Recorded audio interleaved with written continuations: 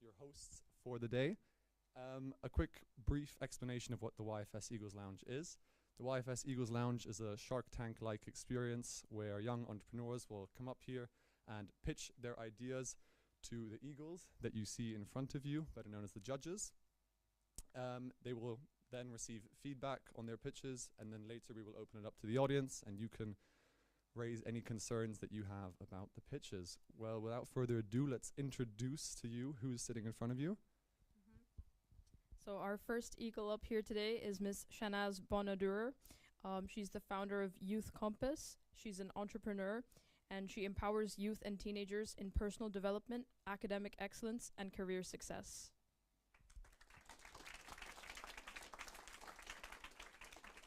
To the right of her, we have Mr. Perron, a ISL humanities educator specifying in AP and IB economics. He's also the co-founder and head of the Youth Forum Switzerland, the event that you are all attending. And he's also a very curious lifelong learner who enjoys a good challenge and connecting individuals to address the biggest problems the youth and the world are facing today.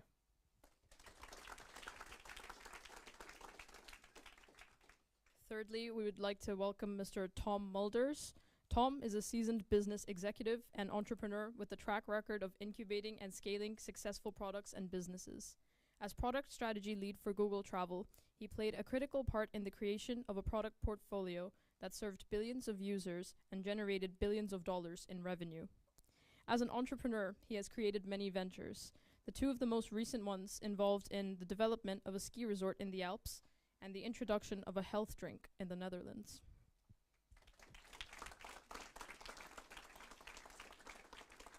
And last but not least, we have Pete, an educator who has flown around the world, educating in countries such as Colombia, Chile, Ireland, Russia, and now Zug, Switzerland. He has also sailed around the world, starting in the Caribbean and eventually crossing the Pacific, where his STEM expertise came to the forefront, not only in the engineering of the vessel, but also the navigation and maintenance of the vessel. So without further ado, let's look at the agenda for today. Could we switch slides, please? Thank you. So first up, we have banana leaf packaging presented to you by Eyal. Then we will move on to the thermal foam roller presented to you by Matteo. And then lastly, we have Recycly presented to you by Eric. And then if time permits, we would all like to invite you to a networking session where we hope that you not only get inspired by the entrepreneurs, but you also get to connect with somebody new to permit you to start your own entrepreneurial venture. So without further ado, I'll hand over the microphone to Eyal, and we can start the show. Any questions from the panel? Okay. Give it up for Eyal.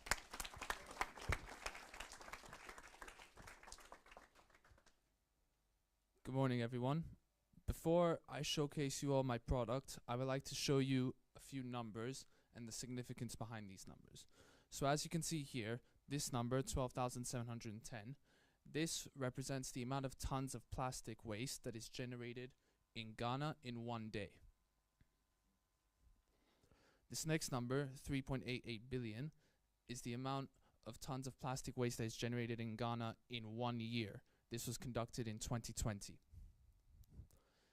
And this last number, which is a percentage, is the expected amount of tons of plastic waste that is expected to grow in Ghana per year by 2050.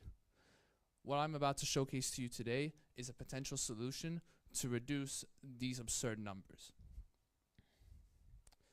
This image here showcases a beach in Accra, which is the capital city of Ghana, filled with plastic bottles and plastic bags.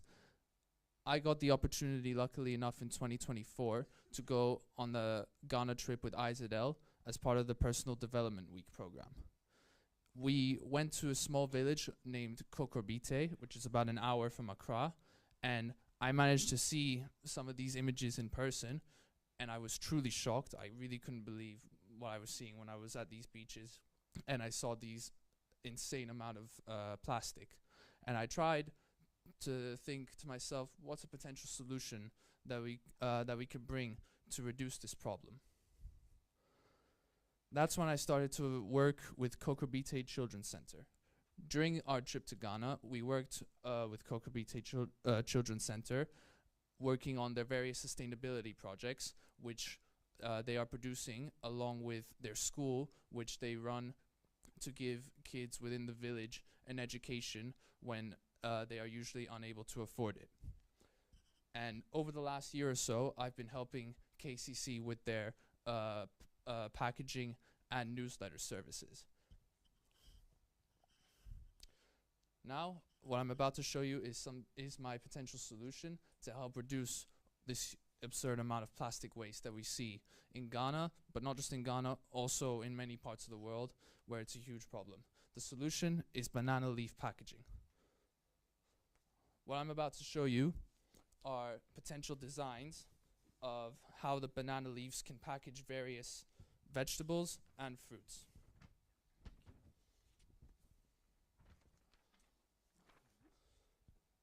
Banana leaves are sourced in many parts of Africa as well as in many parts of Southeast Asia.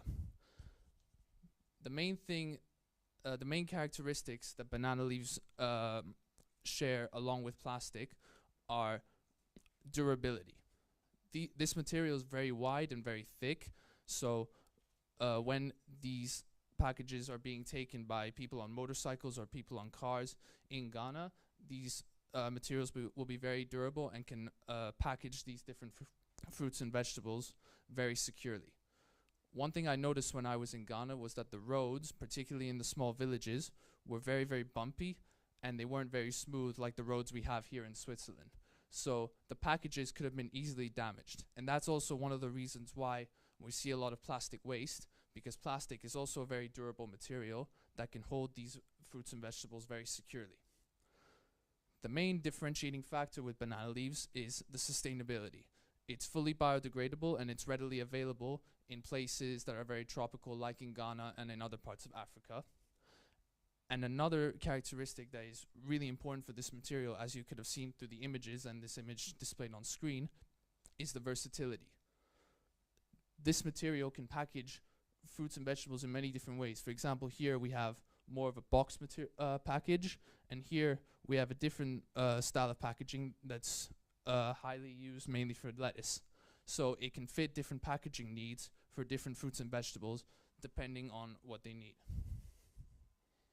And that's it. Thank you very much, everyone.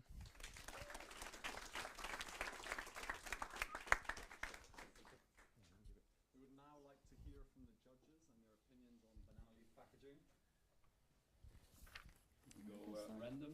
Maybe you can start. You can start as All right, I'd start if I could. I love the idea. I love the visual. The colors are vibrant. I think that's a nice change from plastic, clear plastic bags. One of my concerns is the convenient nature of plastic. They go on rolls. You could rip it and open the bag, put whatever you need in. And this seems very artful, which sometimes takes some time.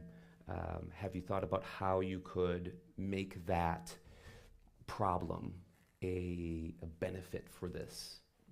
Could you elaborate on artful, please? Sure. These pictures are stunning. I think I would struggle to make this happen with the folding and tying and such. Could you think of a way that problem, that maybe it's not as convenient as plastic, could become a benefit, a positive?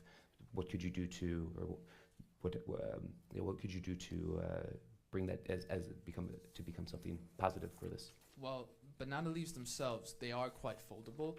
They work similarly to the way origami works, where you can fold them into different smaller shapes. And you can, if you go back to the slide that I showed you before so everyone else can see it,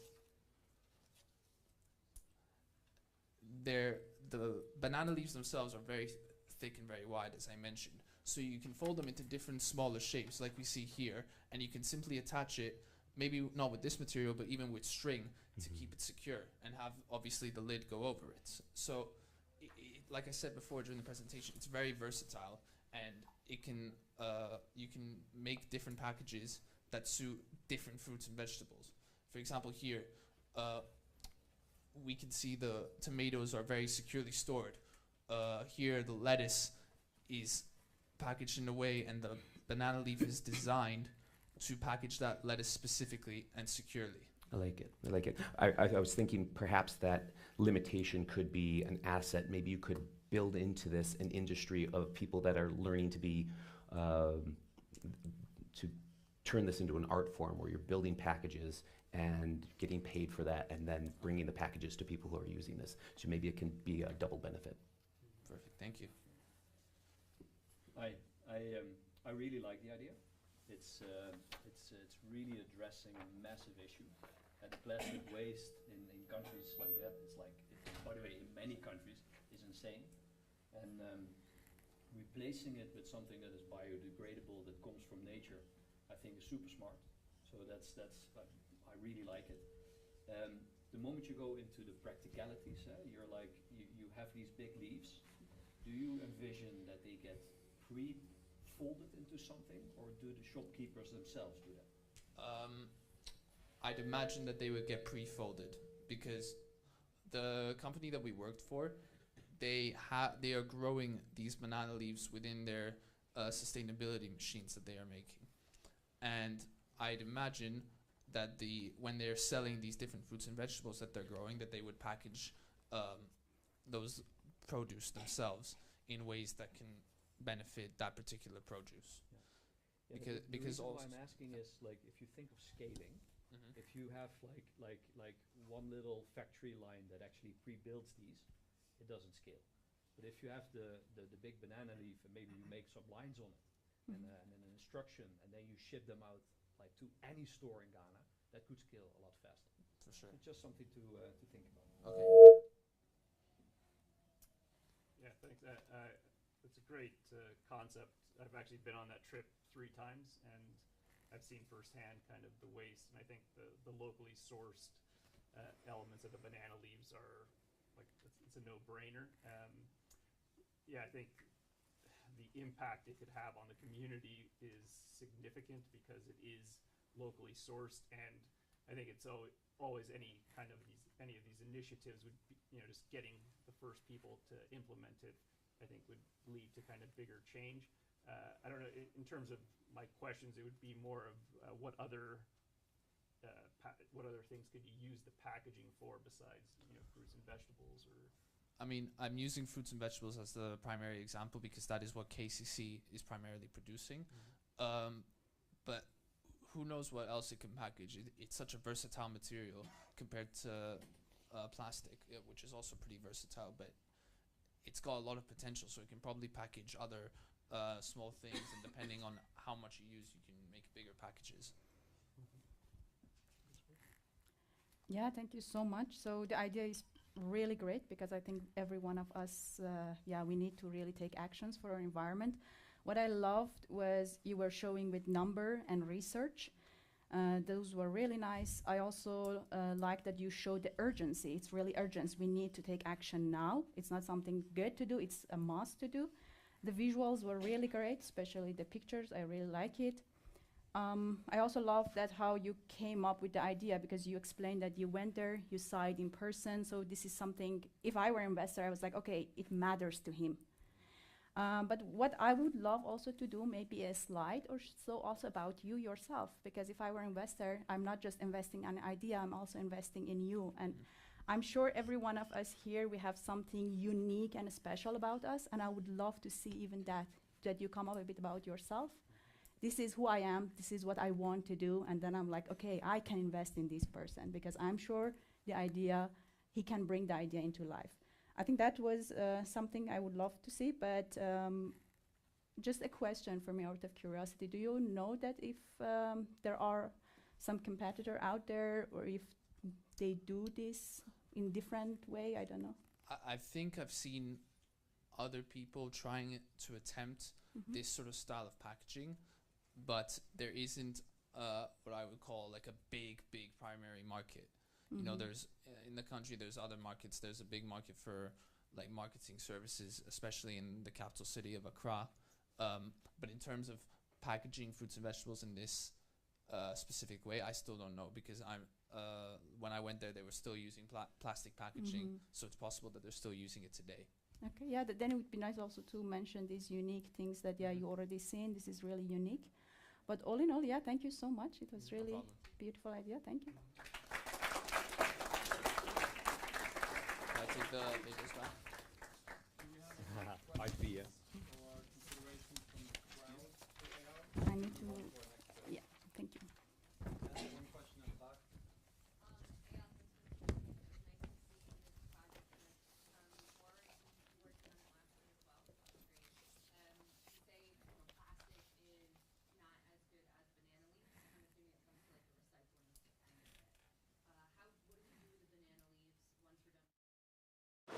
Well, they're completely reusable. They're a lot more reusable than the plastic materials that we see being used.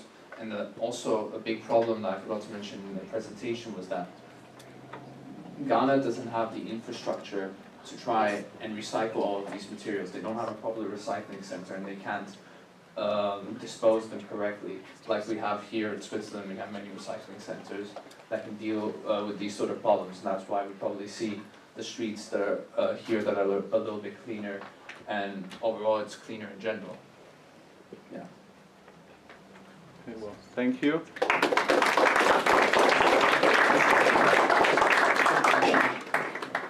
And now we would like to welcome up Matteo with the thermal foam roller onto the stage. So please give him a warm welcome.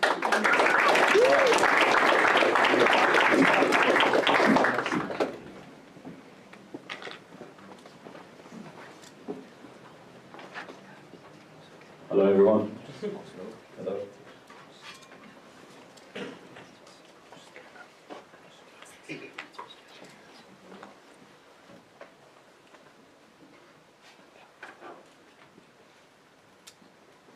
Right, okay. So, hi everyone, I'm Matteo Nicolella. I'm the creator of the thermal foam roller. Yeah, this is the newest way to elevate recovery. I would like to start off with a scenario. So imagine yourself coming home from training or doing any physical work which is strenuous on the body.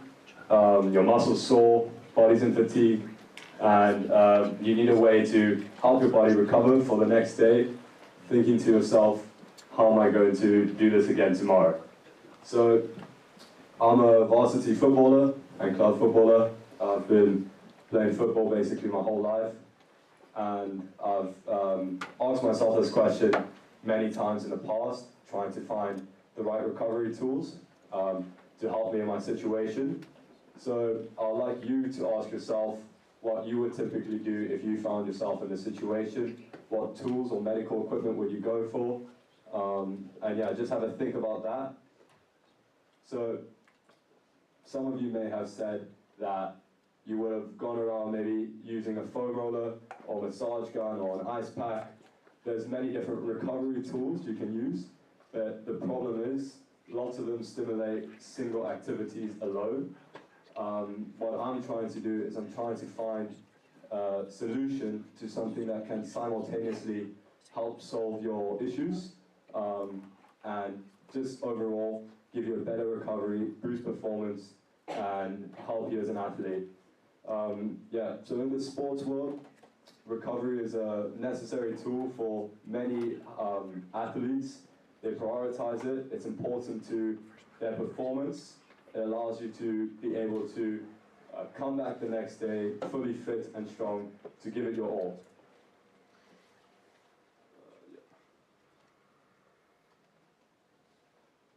Okay, so basically, the idea of the foam roller came when I was shopping for foam rollers myself, and I was looking through all the products that they had, and the problem I found was that all the foam rollers seemed basically the same to me, and they have been for many years. It's old, it's outdated, we want something new. So I thought to myself, how could I improve on this recovery tool? Finding a way to make it more effective and more of a useful tool. So this is what separates my product from the rest. Oops. That's okay. So the thermal foam roller has a conductive frame. It's made out of aluminium. It will apply soothing heat or cold deep into the muscle tissues. This heat or cold is applied by putting in hot water, like boiling water or ice, something easy that everyone has access to. That's also another important part about my foam roller, is it provides access to amateur athletes to equipment that you wouldn't necessarily be able to get as if you were a high performance athlete with access to ice baths, saunas, all sorts of different recovery equipment. So yeah, it serves for great penetration into the muscles using grids or knobs on the surface of the foam roller. I want to design it to be lightweight, small and portable. This would be very important for being able to use it at home, use it at the gym, just keep it on you at all times when traveling. I think that's also one of the biggest factors, is I found many of foam rollers to be, I mean, you know, you get the long foam rollers, you get short ones, but many of them are really big, and it's quite hard to travel with. So it's sort of like a water bottle, like a big water bottle. I'll show you now, I have a prototype, which is like the size of a water bottle, and it's easy to carry and take around. Yeah. Is that right? Oh. Yeah. Okay, so in terms of materials and sustainability, of course, so it's got a aluminium shell with an internal channel for hot or cold water, which can be easily put into the bottle. Oh well, the foam roller, which has like an internal bottle. I mean, imagine it like a cold can that you take out the fridge. It's thermally conductive. You can feel the cold on the can. That's the whole idea. And then on the outer layer, you've got like a 0.5 millimeter silicone. It's thermally conductive with a surface texture of ridges and knobs. This would be perfect for penetration of the muscles. And the important thing to note is you want the outside of the foam roller to be quite soft, but still firm. And I had trouble trying to find material for this. However, that's also thermally conductive, because usually, you know, metals are hard, it's too hard, can cause bruises on the skin. So yeah, this is thermally conductive. And then it's got an insulated thermal cap to keep the heat or cold somewhat inside of it. And then in terms of sustainability, aluminium can be recycled easily at the end of its life. The silicone, however, is not as easily recycled, but I want to create this product for disassembly, which would allow for you to increase the long span of this product. It's sort of like a longevity over eco sort of idea. So preferably you would replace the silicone just from the aluminium shell and easily be able to use this product for 10-15 years, is how long aluminium can sort of sustain that weight and everything. So yeah, this sort of aligns to my initial problem statement. I have, however, changed the philosophy of my product more towards effectiveness for amateur athletes, and allowing this product to be used by rarely anyone. But my initial problem statement was active individuals and athletes need a way to find an authentic, high performance and affordable sustainable sports equipment. Because while sustainability is a growing priority, effectiveness, durability and cost still drive consumers' decisions. Okay, this is an AI-generated prototype. Unfortunately, I do not have the prototype for you now. I'm still working on my product. So, as you can see, all I got here is a standard foam roller. So, imagine this foam roller with this bottle placed inside. Okay, the sizing isn't right, and nor is it conductive. But this is the whole idea, just to give you an idea of what the product would look like. It would have a cap right here, where you can put the hot water or cold water in, ice water, and the aluminium layer, this is an aluminium, but the aluminium layer would be thermally conductive, with your silicone layer here on the outside surface, helping get the hot or cold thermal energy to your muscles, also provided with the silicone knobs and ridges, would get deep into the muscle tissues. Thanks.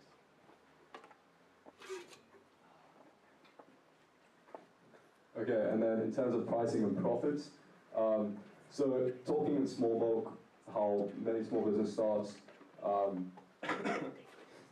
I estimated the material cost to be around $13 to $36. This doesn't include labor. It's only slightly higher than your typical foam rollers in the market if you include the materials they use for their foam rollers. However, it's at a higher quality than all of those. And then if you include manufacturing costs and labor costs at a medium bulk, it would be around $35. Then if you look at a 40% margin of wholesale price, it would be at around $58. And then retail price, it could necessarily be up to 100 to 140, but you would aim to get that lower in the long term by just increasing bulk size. Okay, this is my journey roadmap. So the whole idea is I want to first develop a functional prototype and then lay out a really clear business plan in which I can then approach maybe small businesses or preferably sports companies who already have advanced people working on sports equipment, which would then help me advance this product further. And then, like it says, improve on the prototype. They would help me develop this prototype, then release it to the market, and finally advertising through athletes or professional athletes to introduce this product to the world. Okay, thank you everyone so much for your time.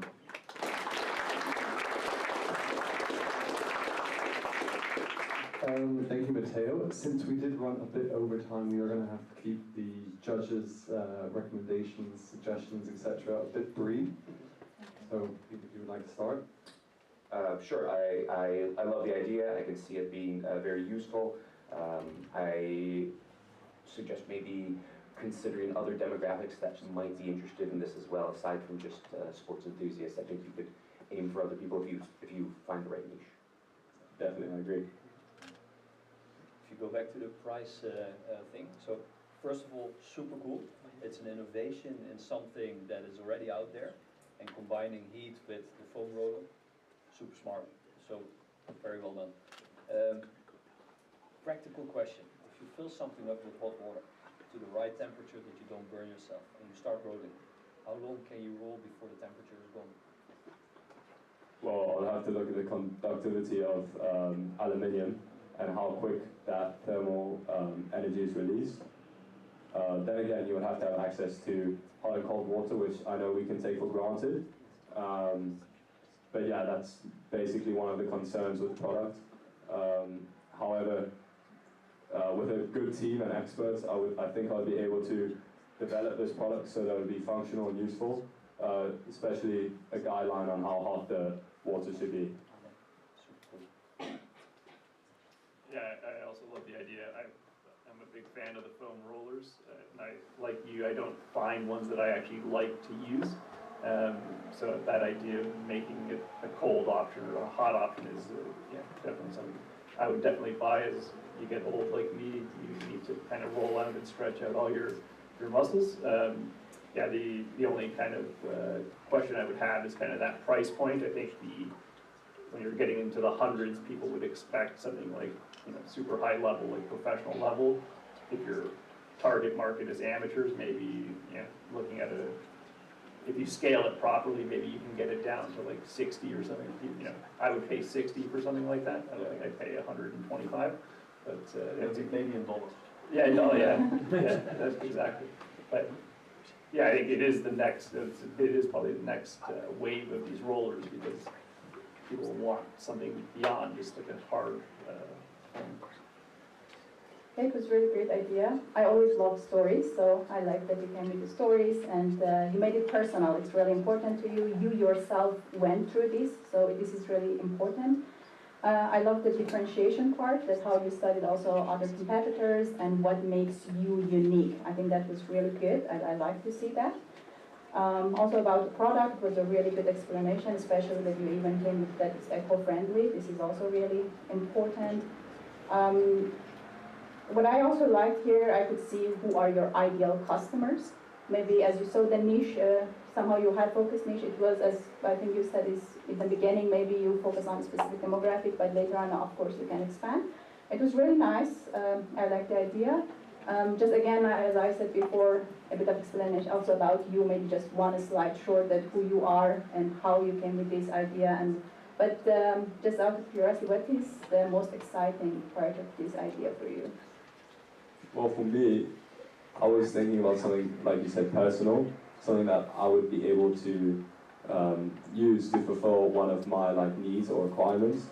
And if this was developed, 100% I'd buy it, maybe not for the $120 price tag, maybe once it's got large manufacturing bulk, it'd be cheaper. I think the most exciting part is sort of just developing something that is functional and can help people solve an issue that I relate to. So it's sort of within common ground of that same issue. Yeah, but then it would be nice also, for example, this is my vision and this is my mission, just to put it in this slide, but it was really nice. Thank you so much. I like it. Okay, thank you very much. I've got one more thing. It's there is a massive market for foam rollers. It's proven, so you can easily get to market. You can easily find the right price points, the marketing, and everything exists. But the foam roller that you have, what I really recommend you to do is do a lot of prototyping. Prototyping. Test it out with a few people until you hit it. And then do all the rest. Because it's like, if you don't nail the product, it's not going to work. I completely agree. Yeah. I think I'll need a more experienced team on my hands. I can come up with an idea, but to actually do it, make it functional, I think I'll need a more experienced team. Yeah. Oh, sorry. I'm wondering if in that prototyping, there might be more than one it. Because the core that is aluminum is a single product. But the shell that is the silicone foam roller could be a series of products. You might come up with 75 prototypes and nail it by not finding one, but by finding 3 or 4, right? Because the different rollers that are out there have different densities of softness, and each person is particular to what they want, and so that could be exciting too. And that may be a way that you could easily bring down the price point for people, because you're actually selling them not one product, but 2 or 3. Maybe one core for the family, and then each person in the family gets their shell. That's a great suggestion. I'll look into that. Especially considering the fact, I have 3 foam rollers, and it's such a waste of materials if you think about it. I've got one that's soft, I've got one that's more rigid, and I've got the old one that's just, there's no really ridges or knobs on it. So that's a great idea. I'll look into that. Thank you, everyone. Thank you very, very, very much, Matteo. Sadly, we will have to move Eric's presentation to the next session due to timing. But we would now like to kindly invite all of you for the next 6 minutes to a networking session where you can, go up to any of the entrepreneurs, ask them a bit about their ideas, even the Eagles, ask them where they came from, what they liked, what they didn't like. And we would all hopefully like that everyone meets somebody new today in this first session. But thank you very, very much for your attention. And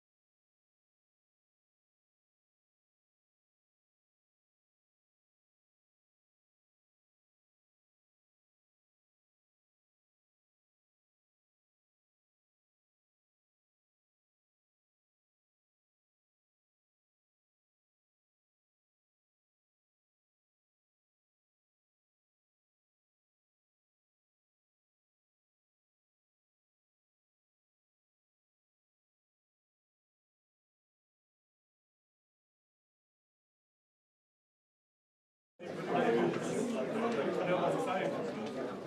morning and welcome to the YFS Eagles Lounge. To our returning guests, welcome back, and to our new faces in the room, we wish you all a very warm welcoming to the YFS Eagles Lounge. The YFS Eagles Lounge is a student-led group that does like a Shark Tank-like game show where entrepreneurs will be coming up here. They will be presenting their pitches to the Eagles or the judges, who will be introducing shortly, and then they will receive feedback from the judges. And then hopefully we will open it up to the crowd, and then you guys can also pitch in any ideas that you may have or any improvements. So without further ado, could you join me in putting our hands together for the judges who will be coming out right now?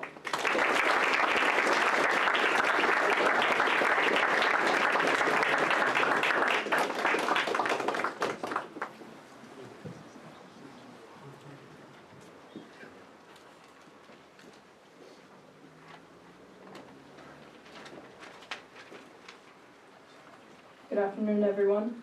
I'd like to introduce our first Eagle of the session, Ms. Shanaz Bonadur, who is founder at Youth Compass, and she's an entrepreneur.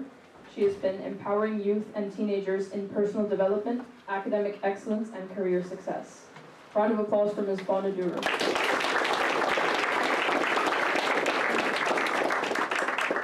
To the right of her, we have Mr. Perron, a humanities educator here at ISL, specifying in IB and AP Economics. He's also the co-founder and head of the Youth Forum Switzerland, the event that you are all attending. He is also a very curious lifelong learner who enjoys a good challenge, and of course connecting people to solve those challenges.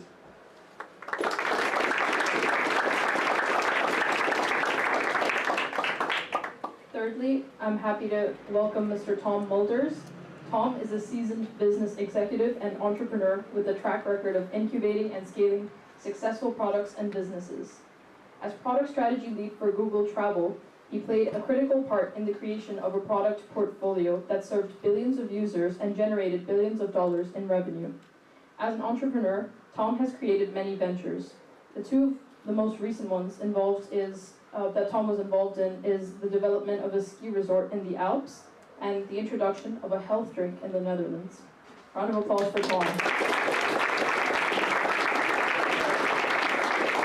And then last but not least, we have Pete, also a ISL educator. He is educated around the world in countries such as Chile, Colombia, Ireland, Russia, and now Zug, Switzerland. He has also sailed across the world with his wife, Ms. Catamaran, starting in the Caribbean and then eventually crossing the Pacific. This is where his STEM expertise came to the forefront, not only in the engineering of the vessel, but the maintenance and the navigation of the vessel. He enjoys finding the maths and physics written into the world we know around us, whether that be the wing of a paraglider or the kite of a kite surfer. He loves the quiet equations written into a world of adventure.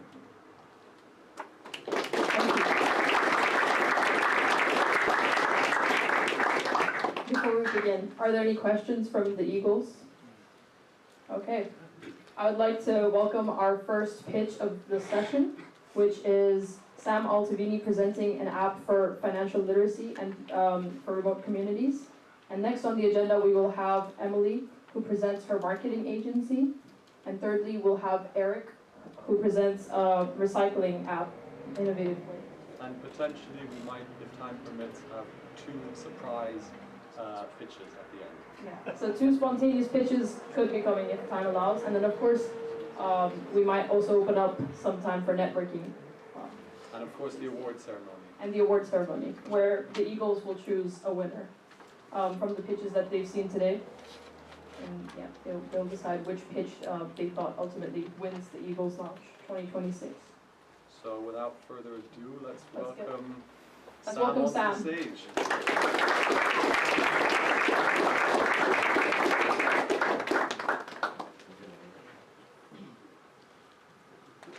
Okay, so I heard we have a couple extra presentations, so I'll keep this quick, I'll keep this concise, and then hopefully you guys can still have fun by the 4th or 5th, I think. Okay, so I'm just gonna start with a quick activity. So I'll just ask you to raise your hands, and then keep your hands raised if you agree or agree with the question that I'm asking. So let's start by raising our hands if you like money. Assume so. Let's keep it raised if you own a bank account. If You have and control your own bank account. What about your own private budget? Do you budget? Do you budget your investments or finance? Do you invest money? Very well. That's a forward-thinking group. And finally, do you guys know about compound interest and all that? Nice, so a good group of you. So I'll just take you through my experience, what I saw as a problem, and then a bit of my experience, and then the solution that I came up with. Sam, would you move over here so we can see this? It's because if I'm here, it's like difficult for the mic. I think it's fine. Yeah. You just turn around a bit. Okay, cool. So this starts in a remote area of India. It's called Ladakh. I went there as a part of the group experience and a group trip to the Himalayan mountains in June of 2024.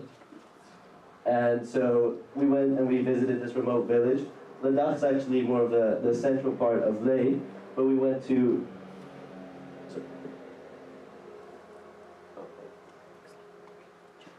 Can you go back one? Yeah. We visited Kurambik village, and our group was, we were in charge of installing rocket stoves for the village. Because a big problem is there's a very real lack of infrastructure within the village. And so we went there to sort of experience and see the remote area. It's 4 hours away from the closest city and town. And we were there to install rocket stoves to provide heat and a more sustainable, clean energy for these people to use throughout their cold winters, right? And so when I was there, I was confronted by the lack of infrastructure. And so as this year we were presented with the opportunity to make a project, I wanted to make a project to try and help and focus around this community and to sort of see what I could do as a student here in Switzerland. Yeah, and so there's extenuous environmental circumstances that these people have to face, and it can be particularly harsh at times, and that's the problem that we found. And now to go deeper into the problem, I did some research, so I looked at statistics, sort of numbers, what kind of help other people are doing, what kind of resources already exist that are being implemented in these remote villages, as well as analogs. So what could maybe be translated from a separate situation to these remote communities to help them with the lack of infrastructure and to help them sort of deal with day-to-day lives and all that good stuff. And so I started with interviews about trip leaders and students and experts about the region and sort of and basically, I did extensive research and to better understand the problem with these regions. And so my takeaway was that the problem was deeper than simply the surface level sort of infrastructure, lack of infrastructure. While it's very important to help the infrastructure, I found that the best way for me as a student here in Switzerland to help is to sort of devise a way where we can address the root of the problem. And I saw this as a lack of financial literacy within the community. And what I mean by this is that in these remote communities, it's very difficult for you to have a bank account, for you to sort of control your finances. And so what you see is a lot of people, with the little they have, they don't really value it, or there's a very big difficulty in sort of making it worth a lot, right? You making that small quantity last. And so my idea was to present a service for financial literacy that sort of, we use the system, and I'll explain the system of blended tourism a bit later, but basically instead of bringing rocket stoves, we present teachings and learnings about financial literacy to help these people understand that maybe if I put my money in a savings account, my money will actually appreciate, and then it's like a little goes a long way, right? If we get them to invest a little bit and budget a little bit, maybe in 10 years they'll have a bit more money, and then they're able to access that infrastructure from the town 4 hours away. And so it's kind of like a solution where this will help in the future, and it's trying to assess the roots of these remote communities, whereas installing a rocket stove could solve a problem in the future, but offers sort of superficial, long-term answers. Can you go back one?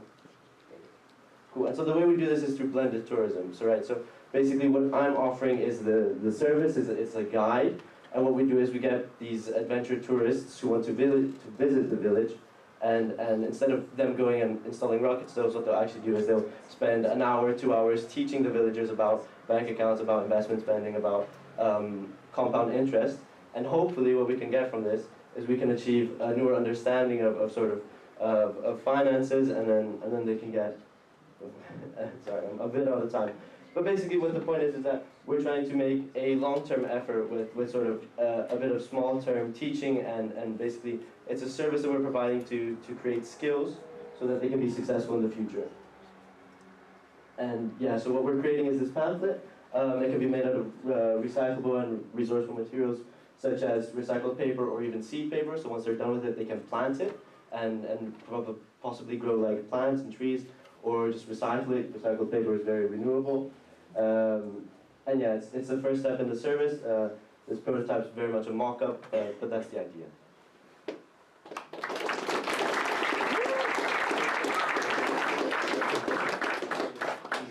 Eagles? Sam, I think it's a wonderful idea. I love the mathematics component coming in, bringing something that's not so tangible, but like can be shared infinitely. I like that you had that first-hand experience and found the need there. It's hard to express to people who haven't been there. I was on that expedition 2 years ago. It's hard to impress upon people the need that's there. You talked about bringing rocket stoves, but they previously to the rocket stoves were burning yak dung in their house in an open flame to heat. That would be my challenge to you, is impress upon the investors the challenges faced by the Ladakhi, so that they should invest in your direction. Thank you. I think it's super cool. The prototype is what appeals to me, I think it's something that can scale to many communities. It's not just like one village somewhere. The part that I find a little bit confusing is where do the tourists come in? Why do the tourists educate? And another thing that is a question to explore is, do the people feel that they have a gap? Do they know that the gap can be solved by education? Is there a need? Or is there, otherwise it's going to be very hard to tell people, no, you have to learn this will make you better. That's a very fair point. Just the tourist is for like funding. It's just the main financial income. Yeah, thanks. I think the idea is definitely there. I think kind of impressing on people kind of the benefit of it, I think would be a challenge. I think I think definitely like the education element, getting people to be aware of these things is like the first step, and I think over time, I think we can eventually get to a stage where entering the financial system is a pretty massive step for some of the people in this village, but yeah, I think starting somewhere is a worthwhile endeavor. So Corey, thank you so much. What I like was the market research, especially that you went there and you interviewed people. I think this is so important because at the end of the story you want, they need to use this product, so they also need to bring their voice and opinion in. So this was really good, I like it. Regarding the earning skills you said, so you have a booklets, you give the booklets to them. Do they have internet access or they don't have also internet access? Just for me, maybe they could also get this information online? In the remote village, internet access is really difficult to find. Okay, so they don't, and when you give them booklet, so you give them booklet to read, or someone is there to teach and... Yeah, so that's I wasn't clear about that. You give the booklet to the tourists, and then the tourists would teach the skills to the villages. So you should first educate tourists. So this is the first step, you educate tourists. But if we educate tourists, would it not make sense to educate directly the people? Instead of going through this, maybe the tourists are not interested or they don't get what you really want to present. Just my... Again, it's just, I think it's more of the financial side, because the tourists, they bring in the funds. Basically, the way I saw it, envisioned it, is they bring in the funds. And so you kind of loop them in so that they can basically pay for it. So from pricing part, tourist pays you. So how the company basically earns money is that the tourists pay you. Okay, and why the tourists they pay? Is it also that do you provide something to the tourists? Oh yeah, they can visit the village. Oh, okay. So this is, a mixture of basically education and tourism together to bring this ideas. Okay, yeah, thank you so much.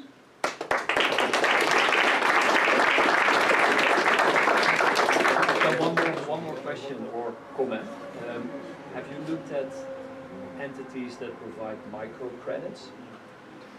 Yeah, I looked at microfinance. Microfinancing and yeah. Yeah, the reason why I say it is that what they found out is that like it's much better to give it to women. That's one. Second one is responsibility is a big part of it. And the third one is the people that get microcredits, they have a big incentive to learn. So that booklet could be potentially something that you bundle with microfinancing. Thank you. Yeah. Good luck.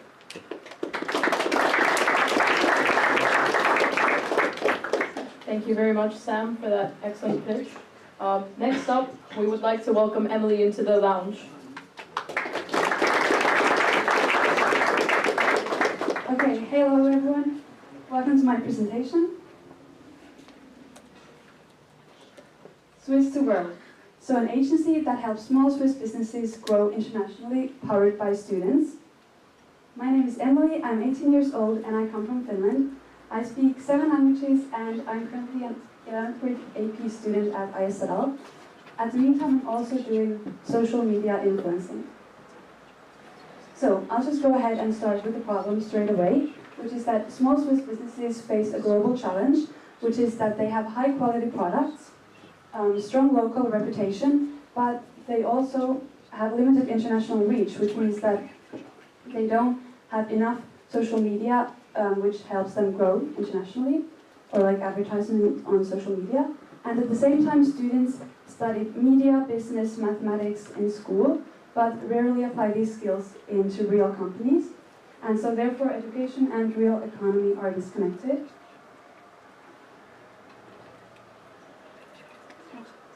Can you go back one slide? Thank you. So the key challenges for Swiss brands are also affordability. So small starting Swiss brands here in Switzerland, they struggle with not having affordable access to professional social media services. And also a lack of short-term like video analytics. So they don't have enough people to analyze their data on social media and how they can make improvements to make their content perform better. Also, there is difficulty competing with global brands online because nowadays most advertisement happens in social media. And students, they don't, the skills that we learn in school, we like rarely, or we want to use them to also use the skills that we learn in school to real companies. And so Switzerland, however, already has everything needed. So we have highly educated students, a strong education system, and also we have resources at school like cameras, some class time, and software.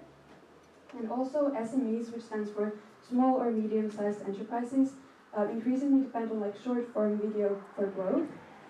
And so in conclusion, these strengths exist, but they are not connected yet.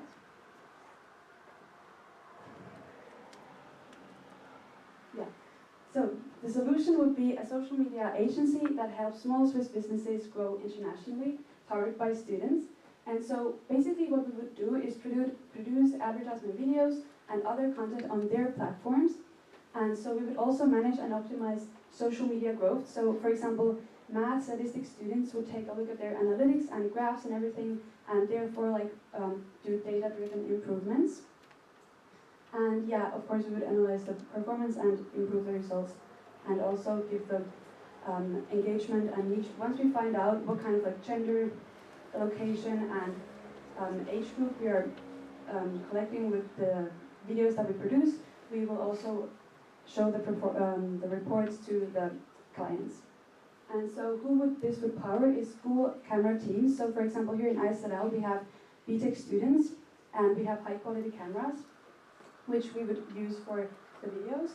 And also, as I said earlier, the stats and the maths classes would then analyze all the data, and students who maybe already have experience working with real brands. So here's like a prototype or like an example of what one package would include. So we would use an example that we would, for example, have 3 videos in one, and which are produced by BTech students.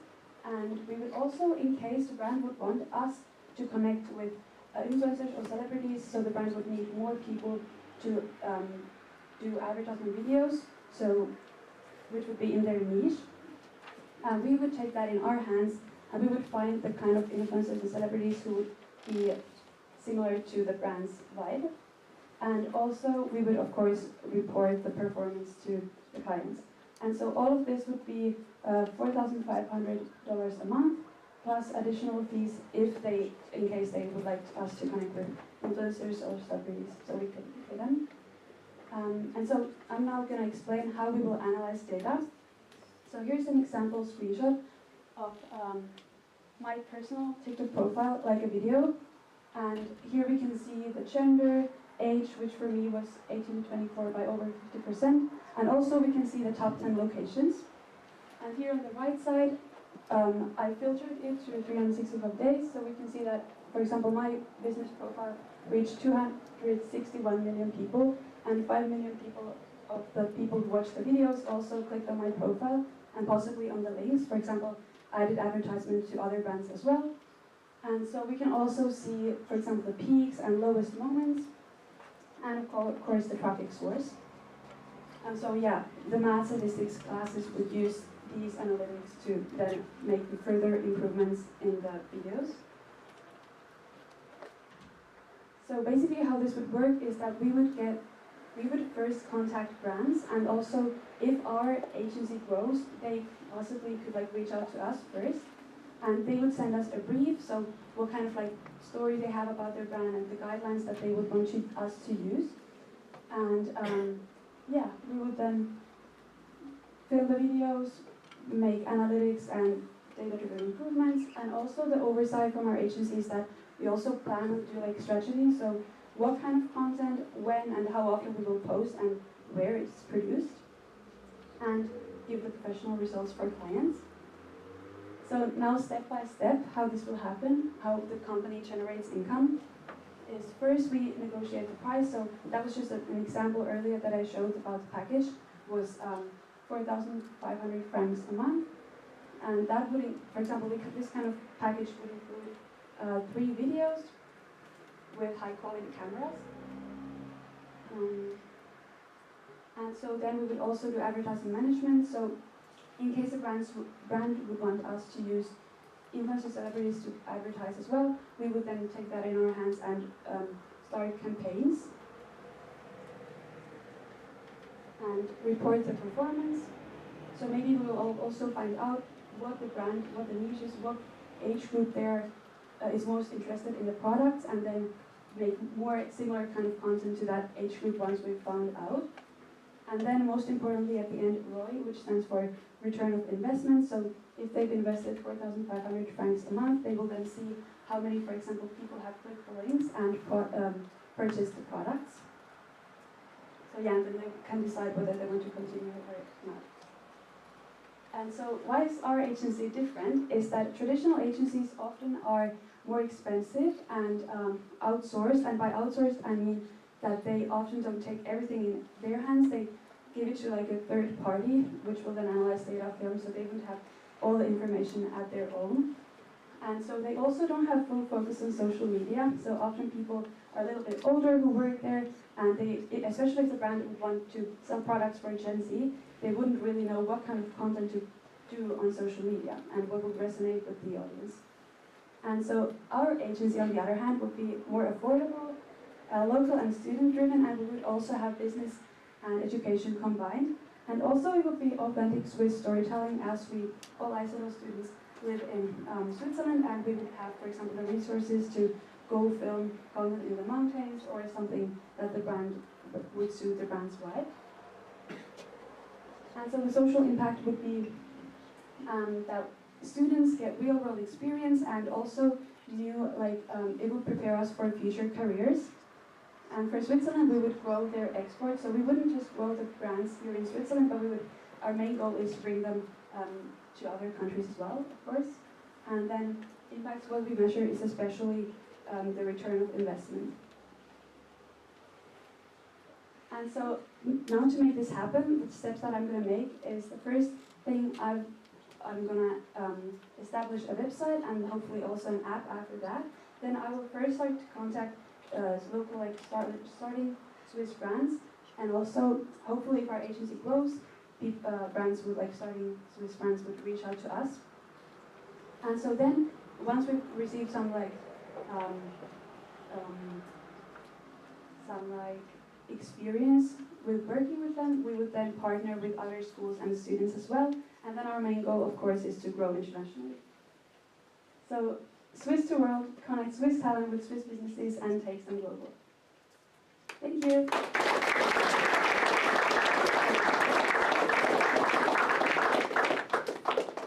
Now let's hear from the judges. So thank you so much, Emily. I like the self-presentation, was really good, that who you are. The problem and solution was clear.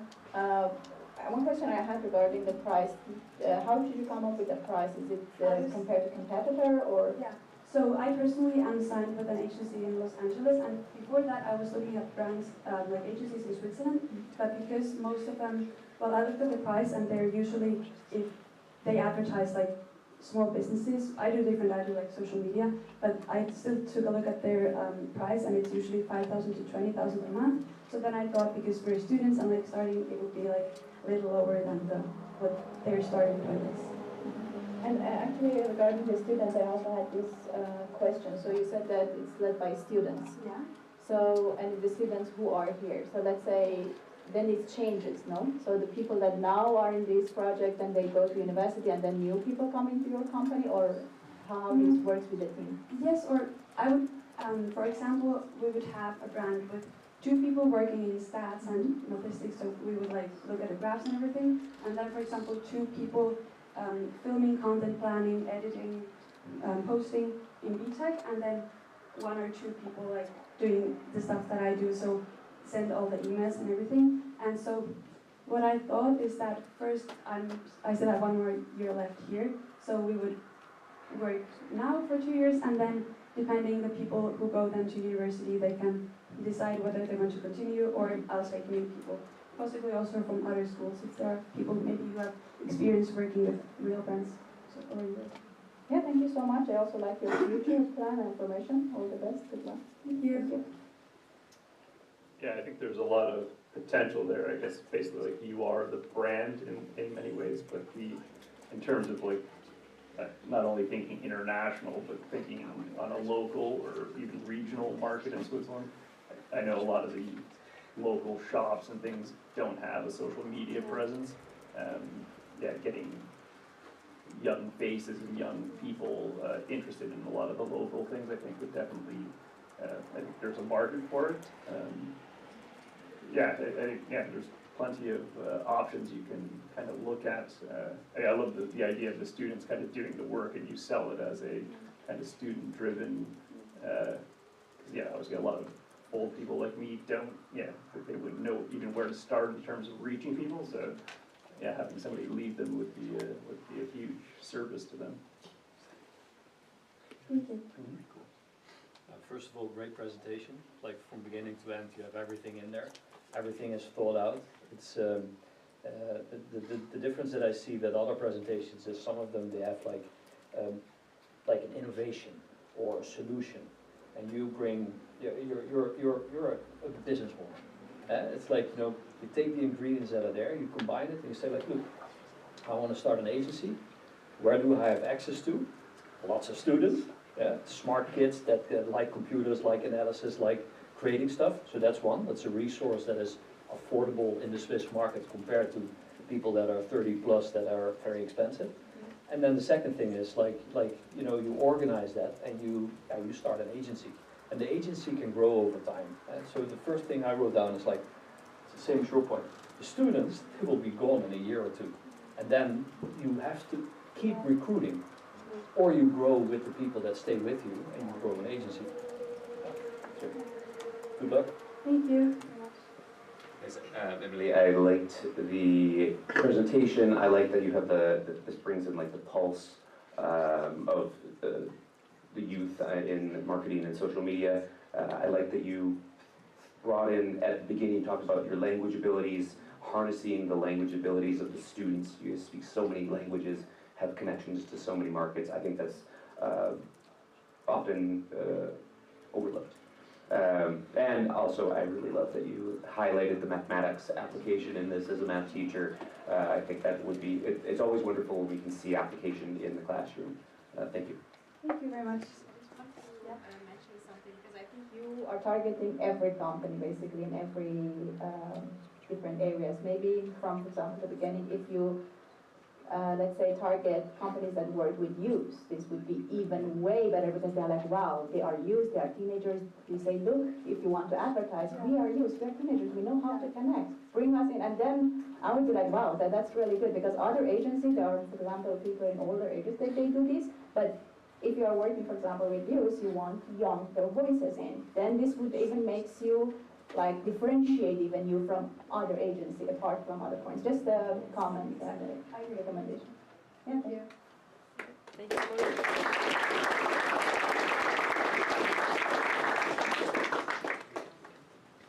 Thank you, Emily, for that wonderful pitch.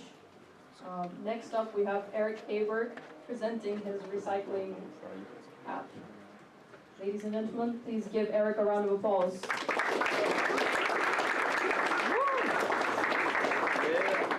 Right, thank you guys. Good morning everyone, good morning Mr. Muller, Mr. G, Mr. Perron, and of course Mr. Bonadura, Mrs. Bonadura. So what I'd like to start off with now is to kind of get an idea on what the problem was and what the kind of thing we're innovating on. So as we can see, my associates very kindly given all the judges, or the eagles, sorry, a water bottle.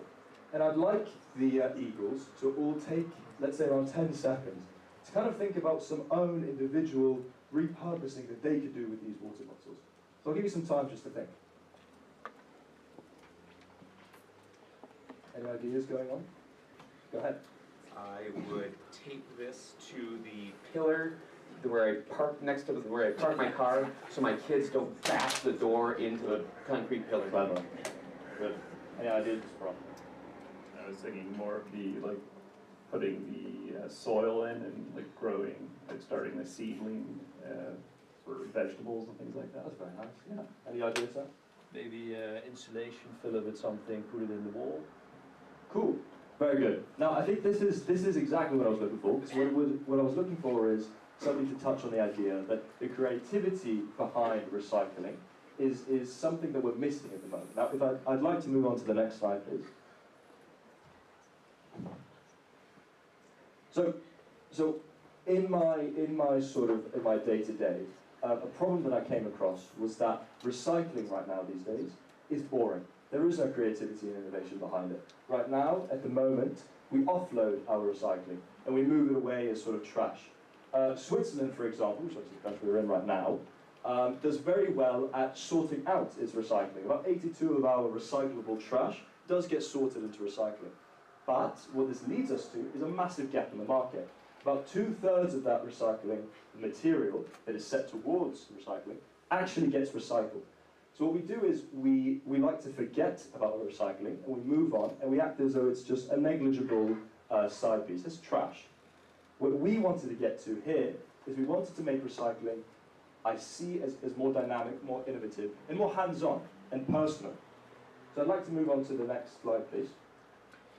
So what I had as a thought to what a solution has to be is that recycling has to become fun. It needs to be dynamic and hands-on. I wanted people to be excited to be able to think about how they could possibly recycle, how they can kind of get involved individually into recycling.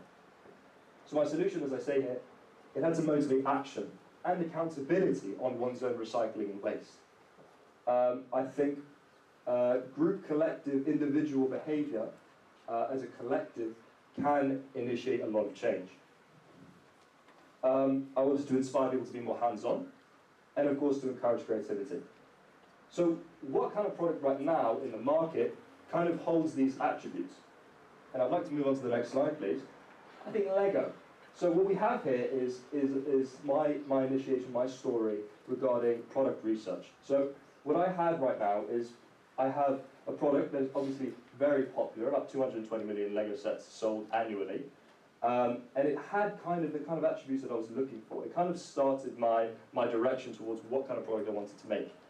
So I understood that obviously it's got popularity, it holds creativity, it holds creation and hands-on, but it also gives you a step-by-step process. It's easy and accessible for most people. So that was the kind of dynamic products that I was looking for. If we move on again.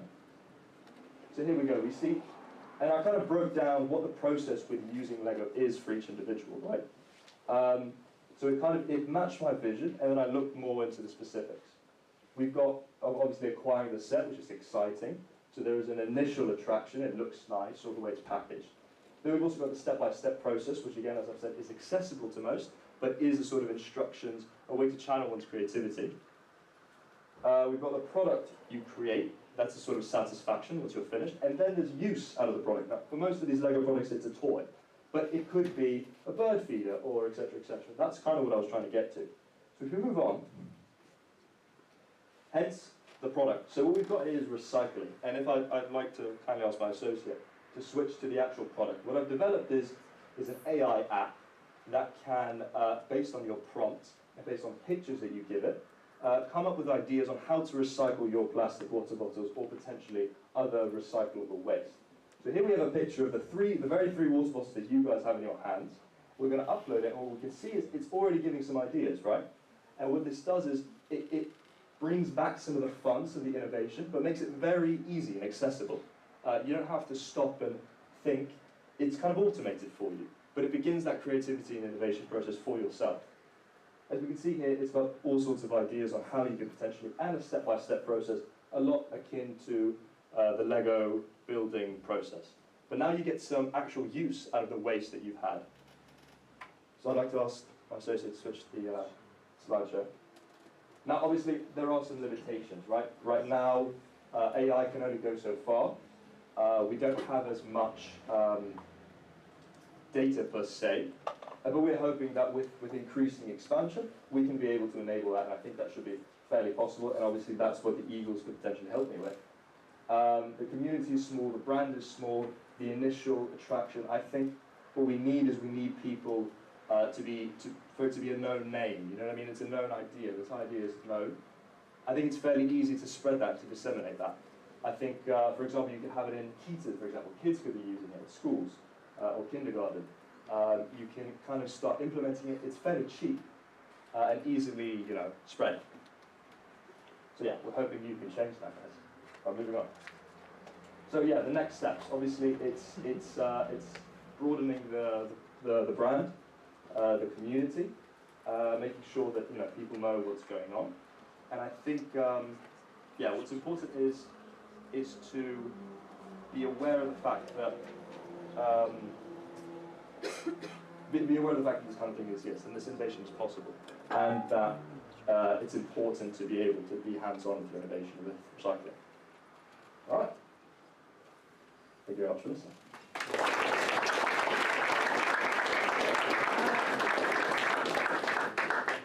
Comments and questions? I guess I'll jump in. Eric, your presence is engaging as you present. I've known you as a student. Like that's a hallmark of your delivery style. I think that'll serve you really well. And I really appreciate how hard it is to find creative ways to make something boring like mathematics fun. But it takes a lot of creativity, and I am glad that you're pushing that boundary. And following some other successful paths, I like that you linked it up with Lego, that idea of creating something. My suggestion might be make it competitive.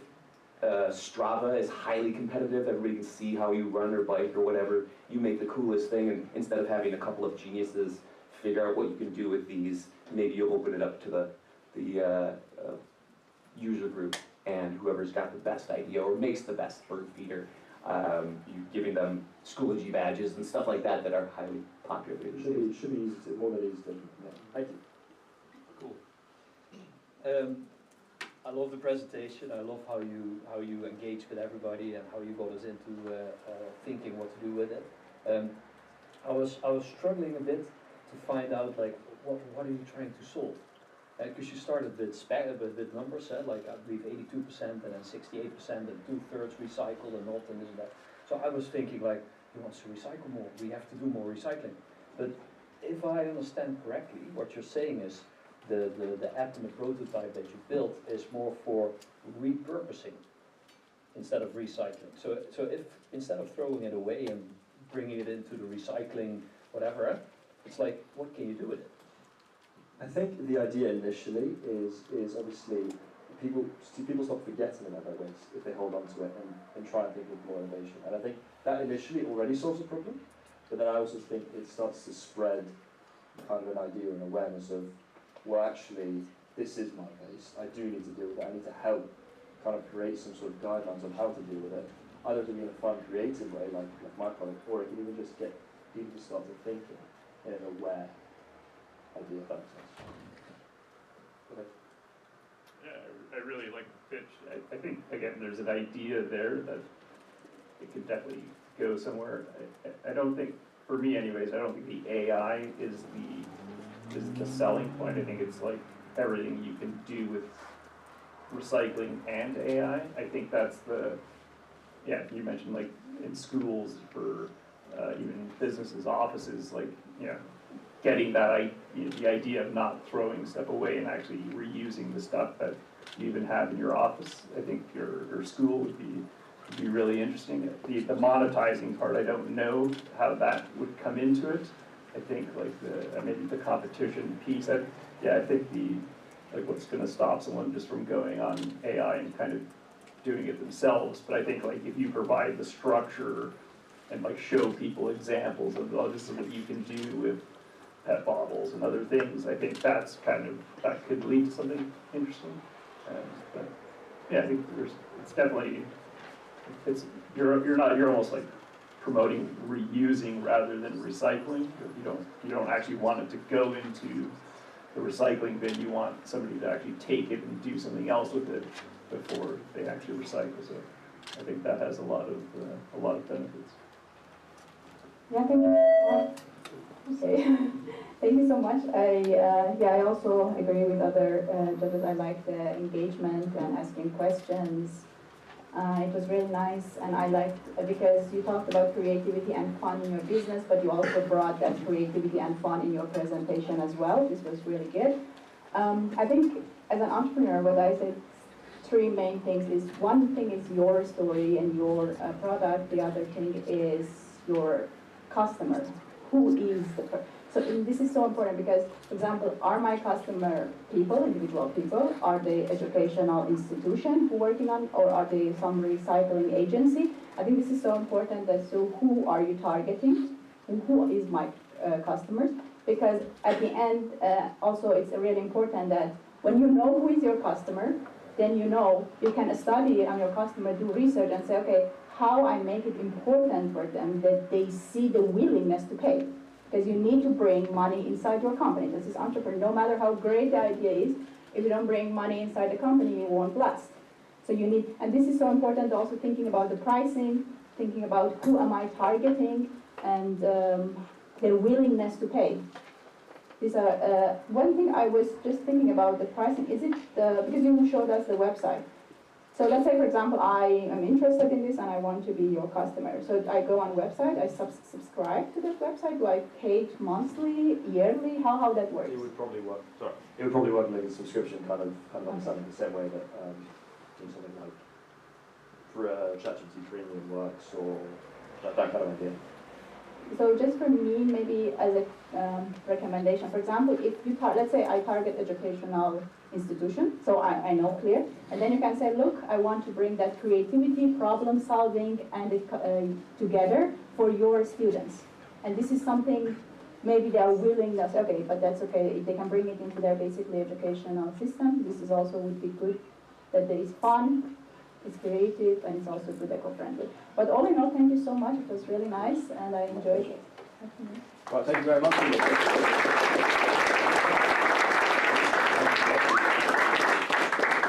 Sadly, due to time restrictions, we cannot have the mystery presentations any longer. We really wish we could do it, but what we will try to do is reschedule it for next year, so you all have a reason to come back again. But now we would like to offer a 8-minute networking session. while the judges make the decisions on who the final winner is. And then in about 5 minutes we will announce the final winner of the YFS Eagles Round for 2026. So no networking with us, because we're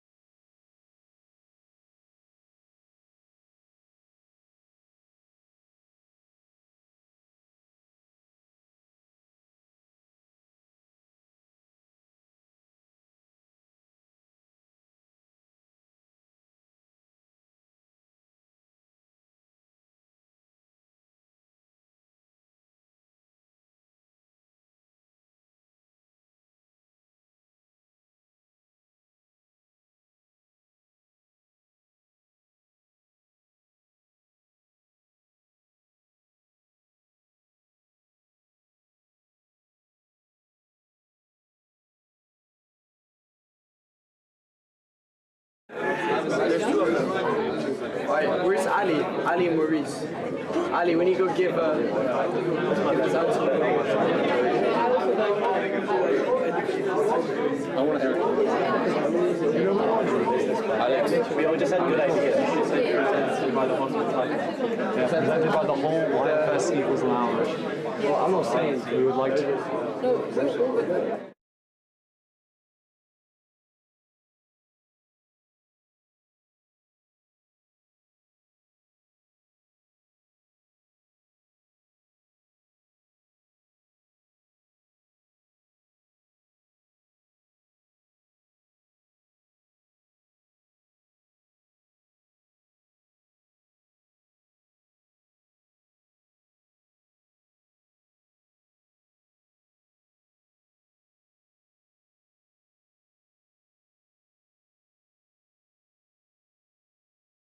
Alright, may I have your attention, everyone? May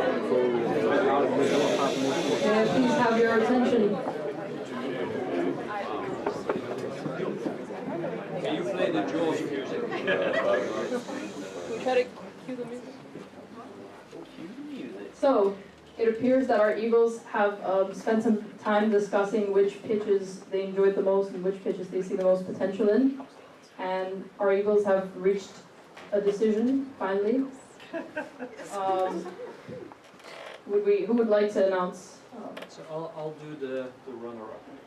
Okay, Yeah? the first one, I say the second place. No, I do the second place, you do the first place. Turn off the mic.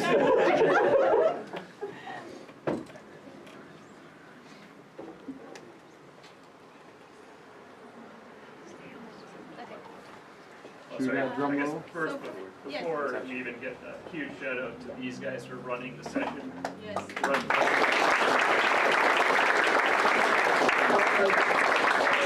huge shout out to all the presenters that came up and bravely presented and pitched their ideas. I think they were all great, so give them a huge hand.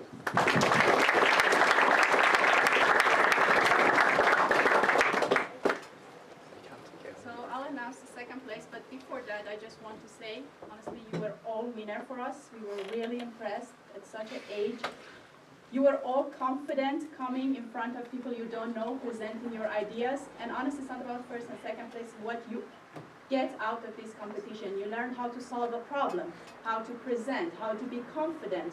And these are the skills that serves you to whole your life, not just beyond academia and beyond education.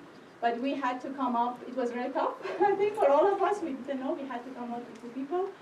So the second place goes to Emily. Thank you so much.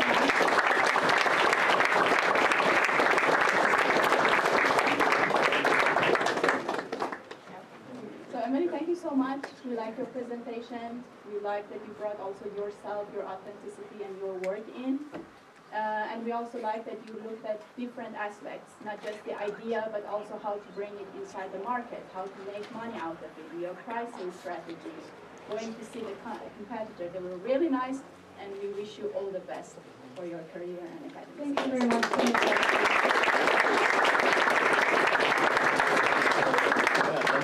And the number one, that's the big one now. Again, we had quite a bit of discussion about, like, you know, what is the most important problem to solve.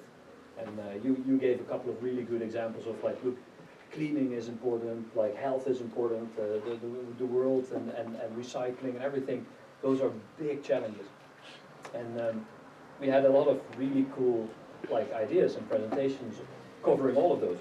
So what we did is we took a step back and we said, like, okay, if I now had to put my own money in, which one of these ideas would go 100x or 1000x? So if I put in 1,000, which one would yield like 1,000,000? So if you look at, for instance, Emily, your business is the most likely to make money. Yeah, because you know what you're doing, you have access to great people, you can make more money. Oh, sorry about that. But your business will not go 1,000 times bigger. Right? It's always about people, and you have like 10 and 20, and you can grow a big agency, which is a big thing for being the runner-up. Yeah? So the one that we thought had the most opportunity and potential was Matteo. Very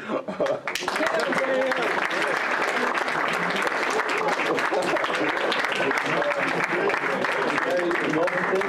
There's a massive market. The challenge will be like, you know, to innovate and to actually get that product to market and then beat the market and everything. But if you nail it, then you have a massive opportunity, Matteo.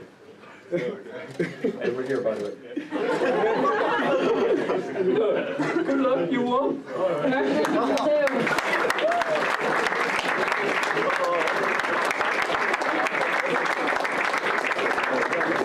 We knew. Thank you everyone for attending. I'm sure it was a very close win between Matteo and Emily and the other participants. But what matters most is that everyone tried and everyone showed up. So thank you so much for coming, and I hope you enjoyed it.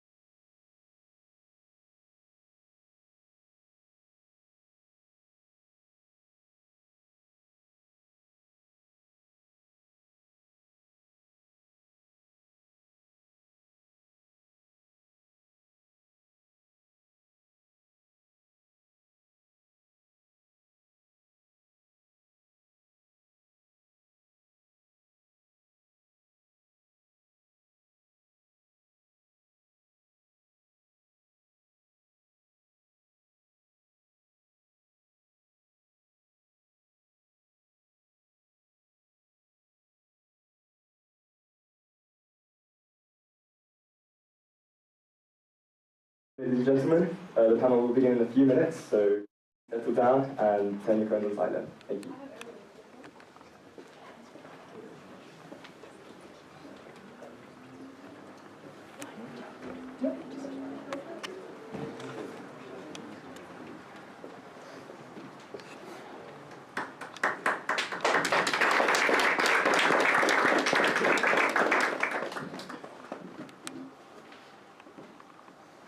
Sport is one of the most powerful forces in our world.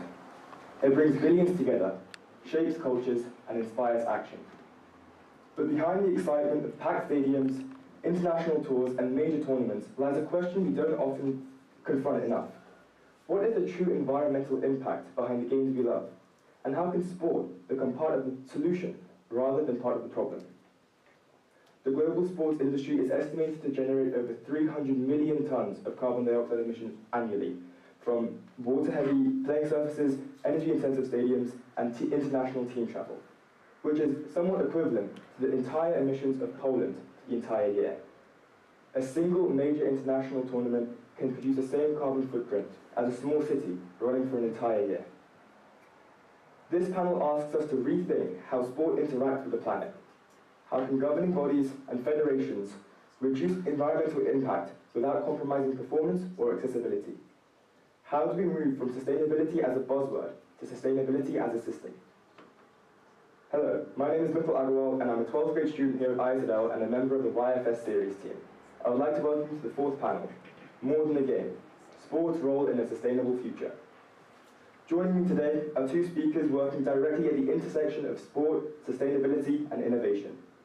Philippe Fan, who is the head of sustainability at Swiss Golf. Philippe works on integrating environmental responsibility into the long-term strategy of golf in Switzerland, from sustainable course management and infrastructure to supporting clubs in reducing their environmental footprint, while protecting biodiversity and ensuring the sport remains inclusive and future-proof. Ioannis Konstantopoulos, a researcher in sport sustainability at the University of Lausanne. His work focuses on sustainability strategy, data-driven decision-making, and systems-level change. Ioannis specializes in helping organizations move beyond broad climate commitments and into measurable operational action, translating sustainability goals into frameworks, metrics, and decisions that can scale across industries, but focusing on sport. Together, our panelists will explore where sport stands today, what is already working, and what roles organizations, athletes, and fans can play in shaping a more sustainable future. The first 25 minutes of the session will allow our panelists to answer the questions I've prepared and discuss them openly, with the remaining time allowing you, the audience, to ask any questions. I'd like to start by grounding us in the reality of sport today, what it looks like from the outside, and what's actually happening beneath the surface. Philippe, golf is often perceived as being close to nature, almost automatically sustainable, as it is played in a park. Using that perception as a starting point, could you outline the key environmental challenges that sports in general face today, and explain why governing bodies such as Swiss Golf now see sustainability as a strategic priority rather than a side project? Thank you, too. Thank you for having me, guys. So first of all, you've mentioned that golf is close to nature, but actually golf is quite within nature. And I don't know if any of you have ever played golf, or I think you've played golf. It's really wonderful sports because the environment is really beautiful. And when I started at Swiss Golf, that was 1 year ago, I hadn't played golf ever. And now I still don't play often, but it's always a nice opportunity to go on a golf course. So the perception of golf is quite interesting because it's very mixed. Some people see it as a very green sport, some people see it as a waste of natural resources and land. But what the key challenges are from golf are definitely two areas when it comes to environment. One is nature, and two is are the resources. But this is quite universal for any kind of sport, I would say. So when it comes to nature, the biggest challenges are definitely topics such as pollution, the air quality, the playing quality. We've seen the badminton tournament going on recently where pollution has been an issue. And when it comes to golf, one big issue is the turf management. With climate change, there's more and more turf diseases. At the same time, the options for treating these diseases becomes fewer and fewer due to ongoing regulations. And second are the resources. It comes to energy, to water. These topics are more and more under scrutiny.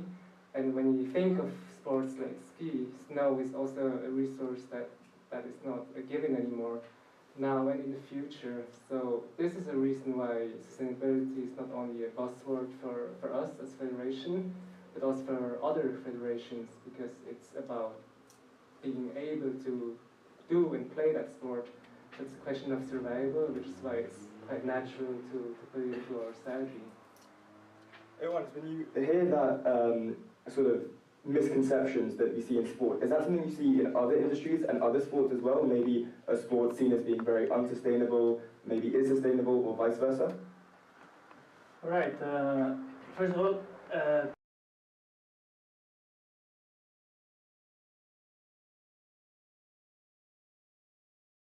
of the conference and for the kind invitation, even though you didn't give me this nice blue hoodie that I asked, but I'm kidding. No, it's super interesting, the discussion about sport. So, from the one side, you mentioned these 300,000 tons of carbon emissions, the equivalent of Poland, right, for 1 year. On the other hand, if you count emissions, carbon emissions, absolute carbon emissions by industry, sports represent less than 0.1% of the total, right? You have oil production, you have fashion, you have other industries that are polluting much more than sport. But at the same time is what Philippe said, that sport is heavily affected by climate crisis, especially outdoor sport. Golf is one example, skiing and winter sport is a different and very good example. Less in indoor sports, but we've seen multiple ways that sport is affected by the climate crisis. We've seen floods, we see air pollution, which decreases performance. We've seen athletes that they stop playing and they fall down because of extreme heat in the Australian Open. So we see multiple impacts of climate crisis in sport. And on the other hand, even though the total emissions of the industry is quite low, we have sports like Formula One or other sports that they circulate around the world and they produce millions of carbon emissions, right? And not only sports, but also events. For example, the Olympics, multi-sport events. We're talking about millions of people taking a flight to go to a certain place and watch a spectacle. We have huge facilities being built out of nothing in the middle of the desert or in the middle of a mountain that produces quite a lot of impact on the environment, not only in terms of carbon emissions, but also biodiversity loss, water pollution. So we often talk about carbon emissions, but carbon emissions is just a currency to quantify different impacts that they happen across different levels. And we shouldn't only think when we talk about sustainability, this is not equivalent only to the environment, but we are talking also about social impacts, about financial impacts, and about governance issues. So it's a much more holistic concept to say the least. So there's definitely a challenge that we can see, and many sports organisations commit now to net zero targets or sustainability goals. From your experience, everyone, where do they most often fall short and in turning ambition into real measurable action? And what role does data and potentially technologies like AI play in closing those gaps? Ooh, too many questions in one, huh? Net zero, that's a buzzword of the days. I don't like it at all. Yes, indeed, the irony here and the paradox is that the biggest sport organizations, the ones with the biggest impacts, like the IOC, FIFA, UEFA, compared to Swiss Golf, which has a much more minimal impact compared to the IOC, the biggest, they are the ones who commit to net zero targets or 50% reduction. And they haven't fallen short already because these targets are for 2030, so they still have 5 years to work on them. But if you think logically, 90 or 95% of the emissions, they come out of what I said before, construction and mobility, mainly mobility. Meaning that if the Olympics, the next Olympics are happening in the US, if we all go and watch the Olympics, this represents the 90% or more of the emissions. So how can these organizations become net zero with events under the current form? It's impossible by logical thinking, right? So all these organizations, all these goals that they have set, they are relying in one principle, technology. The fact that we will have biofuels in a few years so that they can become net zero, or offsets, questionable offsets in a lot of times. So this, I wouldn't like to talk about net zero. I think it's non-realistic under the current form and relies on external developments or external organizations and not the work that these organizations they do themselves. Because UEFA's office, for example, is fully sustainable, or the IOC's renewable energy is nice, energy efficiency and stuff, but the impact doesn't come from the office itself. It's just a building, but from the Olympics. And if the Olympics are not downgrading to make it a smaller event with less impact, then they would never become net zero. Interesting. And Philippe, sustainability, similar to what Ioannis was saying, they often involve trade-offs, higher short-term costs, changes to tradition, which in golf is a very, very important thing, and resistance from clubs and players. Where does resistance most commonly arise, and what strategies or projects have you worked on to help drive change? So what I've learned about working in sustainability, be it from a sports federation point of view or from a corporate perspective, is that there will always be resistance. No one will ever be happy if you do it like one way. Some people will be unhappy. If you do it the other way, other people will be unhappy. So the lesson is just believe in what you're doing, be committed, and communicate with your key stakeholders and players. And a project I've learned, for example, is a recent project now where on a governmental level we are not allowed anymore to use pesticides in the future. In the EU that is already reality. And on the other hand, you have golf courses in Asia and the US that look perfect, very artificial. And then people come to us and say, yes, but that course on TV looked like this. And we have to explain to the clubs, the players, to everyone, to the managers, to my own board internally, that this is not the reality anymore. So that is a typical point of trade-off versus pragmatism, because either you do illegal activities, then people will be unhappy because you have to pay the fines, or you make the players angry. So it's a lot of patience, it's a lot of pragmatism, where you need to choose a communication that makes sense, that is sensitive, that is also ambitious, because you have to tell the people that we do not want you to fly from Zurich to Geneva anymore, or we do not want you to use these pesticides just to make the grass a little bit more dark green.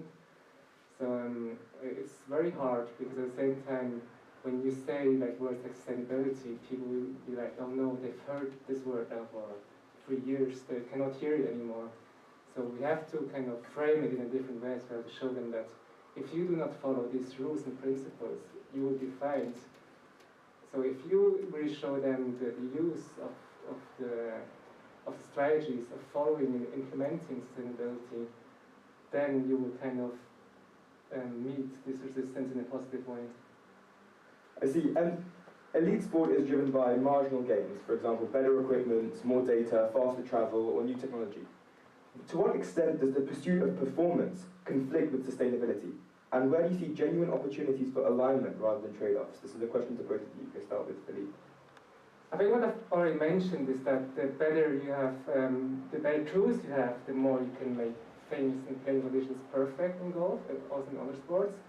But then you have to ask yourself, is this a responsible thing to invest lots of millions or to create a lot of damage to the environment just to improve playing conditions or performance just marginally? And that is really a big risk. But on the other hand, you have a lot of data, a lot of efficiency that improves not only sports but also the environmental performance. We are working a lot of reducing water use just with more effective tools.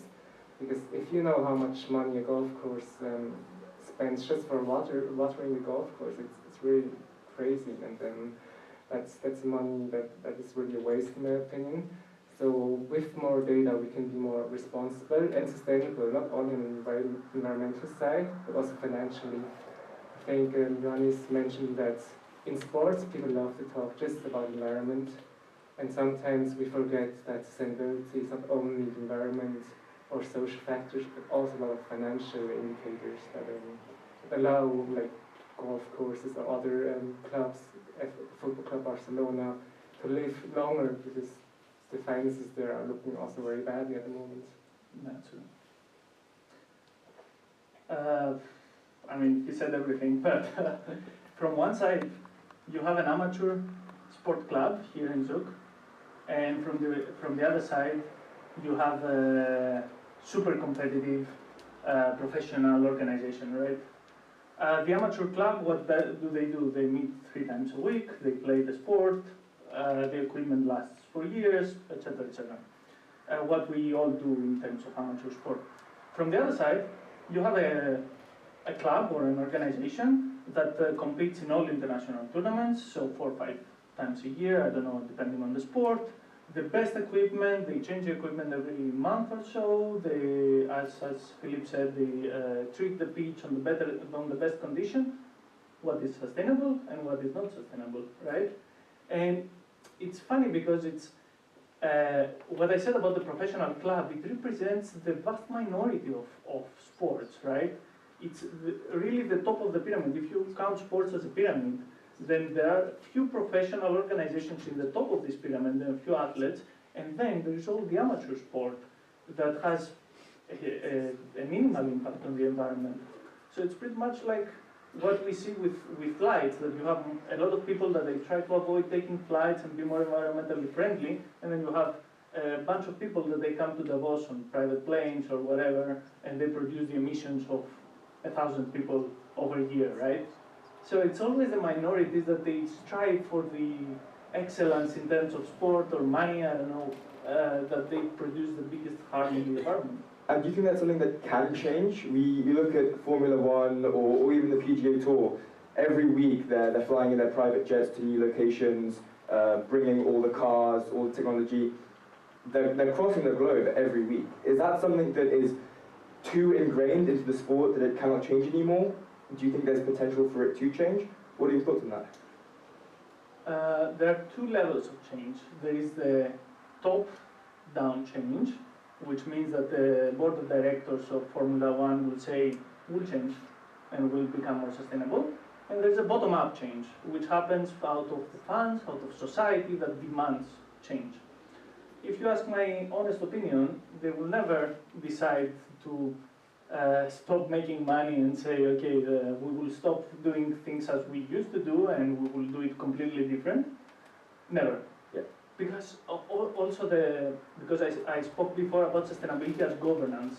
If you see the board of directors of the IOC or these high organizations, it's usually people over 60, 70 old. They used to do the things in an old-fashioned way when sustainability was not a trend.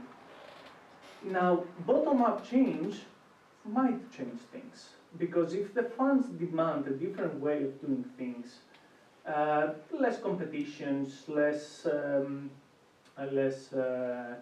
matches, etc., then this can really change. Actually, this can force change. So I'm hoping that the change in society and the more sustainable mindset might bring some external pressure for the sports industry to change. Looking 10 to 20 years ahead, what would success actually look like for sustainability in sport? What needs to change now at the governance, organizational, or cultural level to make that future realistic rather than aspirational? Philippe? So, similar to Ioannis, I don't believe that there will be a perfect world in terms of sustainability and responsibility in 15, 20 years. But what needs to change now is definitely more awareness on all levels, on an amateur level, but also on a professional level, more action, but most importantly, more commitment.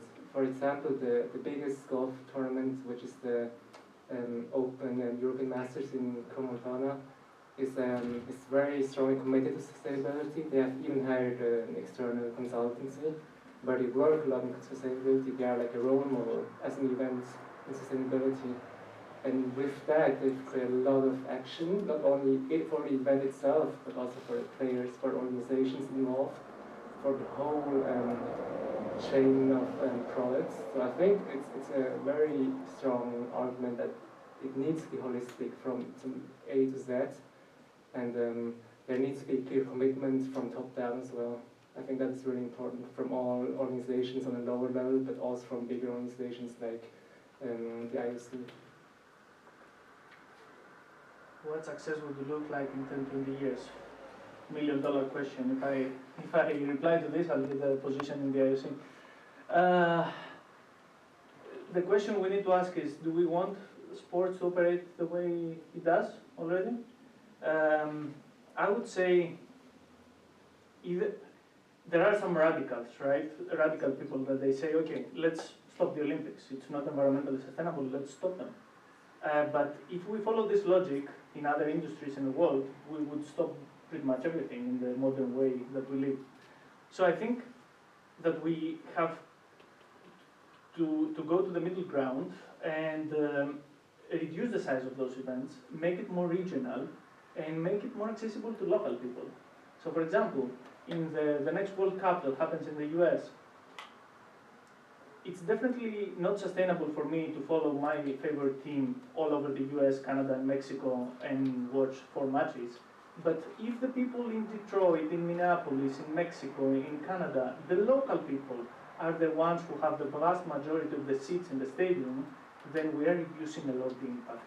And I think there is a future for a smaller sports industry, more accessible to locals, less commercialized, in which we can all follow online those events until they come back with the circulation in our own region, right?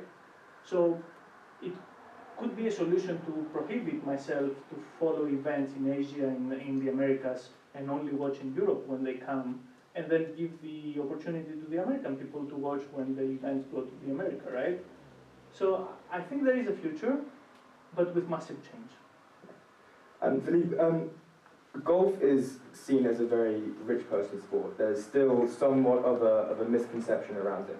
What have you done? The title of the panel is Sustainability's Role in the Future. Sustainable Future. Sports role in the sustainable future, sorry. So how have you worked on projects to grow the sport of golf in underdeveloped countries, in maybe in Africa or India, where golf isn't as widespread there? That's a very good question, and that is a question I would like to address to many people myself. I think as a national federation, that is not within our scope. It's not within our responsibilities to improve the sport in other countries. But what I can say is golf is a very resource-intensive sport. It takes a lot of money, it takes a lot of areas and space to be able to play golf. But within Switzerland, the trend is we have around 90 private golf courses, which are very expensive, and around 8 golf courses that are public. And the membership within these public golf courses is increasing a lot, while the private golf courses are struggling to grow, some of them. So the trend is clearly that golf has become more and more public and more accessible, but it doesn't change the fact that the majority of players are more wealthy than the average person within the country or in the world. But what we should not forget is just the role of sports in general. We talk a lot about the footprint, environmental footprint, the harms and damages sports do, but we should not forget that sports have a lot of potential for the environment, but also for human being, for society in general. And in the end, sports is all about connecting and creating communities and inspiring people. That is also the background of the Olympics. It's not about performing the best, but it's a way of joining and making people as a union. Yeah, similar ones. We were talking about this yesterday at dinner, where we have the choice of hosting the Olympics at the the richest countries in the world, or we have the option to build the stadiums in the less developed countries, because obviously with the financial gain and social gain that countries get from hosting these big events, what sort of trade-offs and what do you see in that area? The second $1 million question. I think I did answer yesterday, and I want to give a clear answer today as well. Yes, there is this big dilemma, right? The one side saying, let's circulate events in the countries that they already have the infrastructure. Let's do the Olympics always in Paris, that has the infrastructure. And in this way, Qatar or India or other places in the world will never have the chance to build the facilities, and we will be environmentally sustainable. But then we go to what Philip said, that if you don't give the opportunity for countries to develop infrastructure, then how do they develop their own sports, societies, etc.? It's a very colonialist approach, right? And again, I would choose the middle ground, that if Qatar, just as an example, or India or Africa, they build a stadium for 100,000 people, the most costly stadium, the biggest, the fanciest, what you see in Morocco now, right? This stadium will be used 10 times for the World Cup, and then it will never be used because it's not financially sustainable for a local club or socially sustainable, etc. But if you give these countries an opportunity to build another stadium with 20,000 people capacity, that they will be used regularly with sustainable materials, and a plan, a 10-year, 20-year plan to be used by the locals, then this is an investment that in this country needs to happen, as it happened in France 50 years ago, or in Germany, or in developed countries. So I think we shouldn't be unjust, we should be fair, we should keep the sport universal, global, but on a completely different perception. Thank you very much. Sport has always shaped culture. The question is whether it's ready to reshape itself. That's all I have time for in terms of questions, so we're now going to take a 2-minute break to allow you to process all of this information and ask any final questions for the panelists. Please keep the questions brief, and I'll do my best to get to as many as possible. Thank you.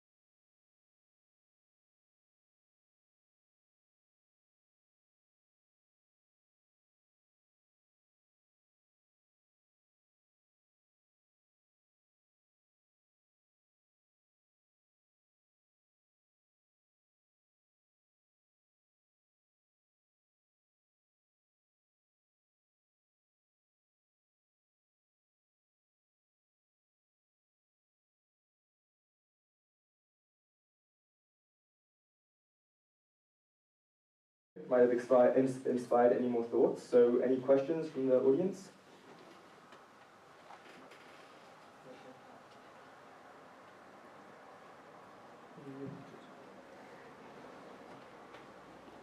Yannis, could you talk a little more about sustainability, environmental sustainability in motorsports?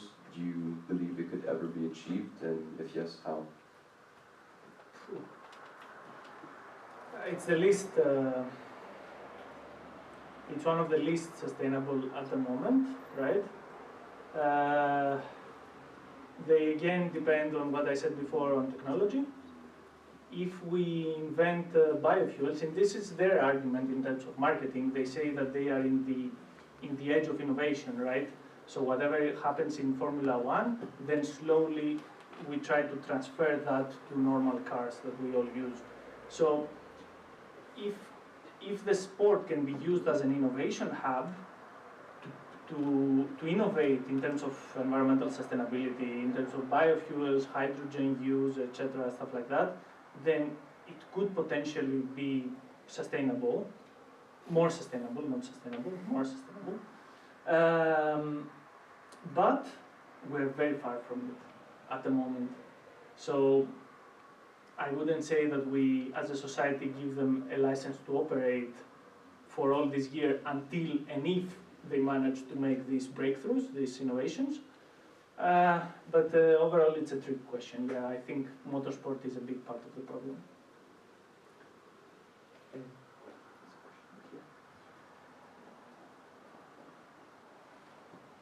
You mentioned that football wants to be like the Net zero. pollution. Mm-hmm.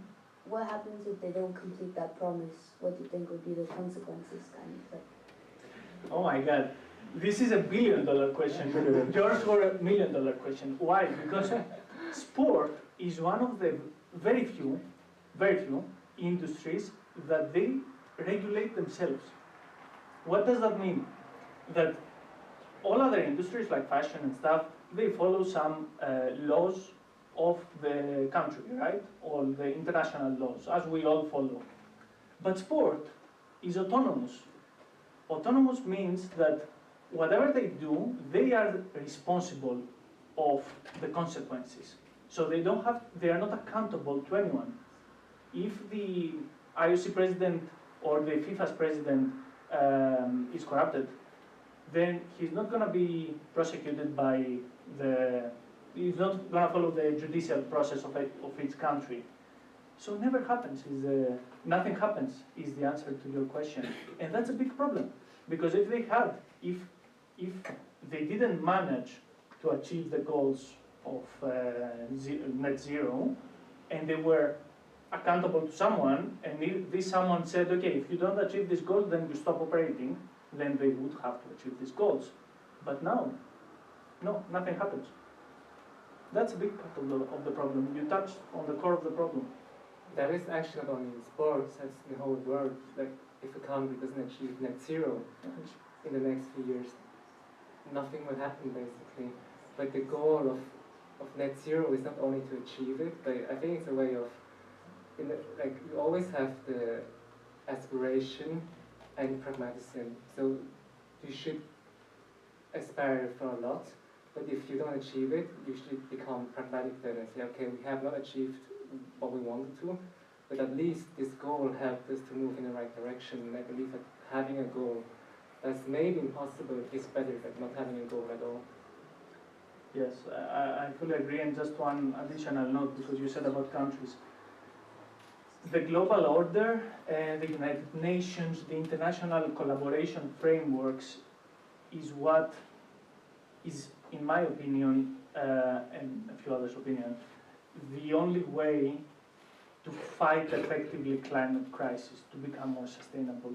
Because even if Switzerland is net zero and fully sustainable, if in Greece or Russia or the US they produce millions of tons of carbon emissions, then climate crisis will continue as it is, and it will continue to affect Switzerland, right? So international collaboration is the only way to fight climate crisis. And at the moment, international collaboration is at its worst of the last 100 years. No, 180. I think we have time for one more question. Anyone? Hello, question for both of you. What do you think about the increase in the amount of matches that are being played? For example, in football, the amount of matches is increasing quite a lot every year, and the players are also seen complaining. What effect do you think this has on the organization and sustainability of the sport? So, I think human health and players' health and well-being is just as important for sustainability as environmental topics. So I think with the recent trends we're seeing is that it's not sustainable for human health, which I think we're talking a lot about mental health as well.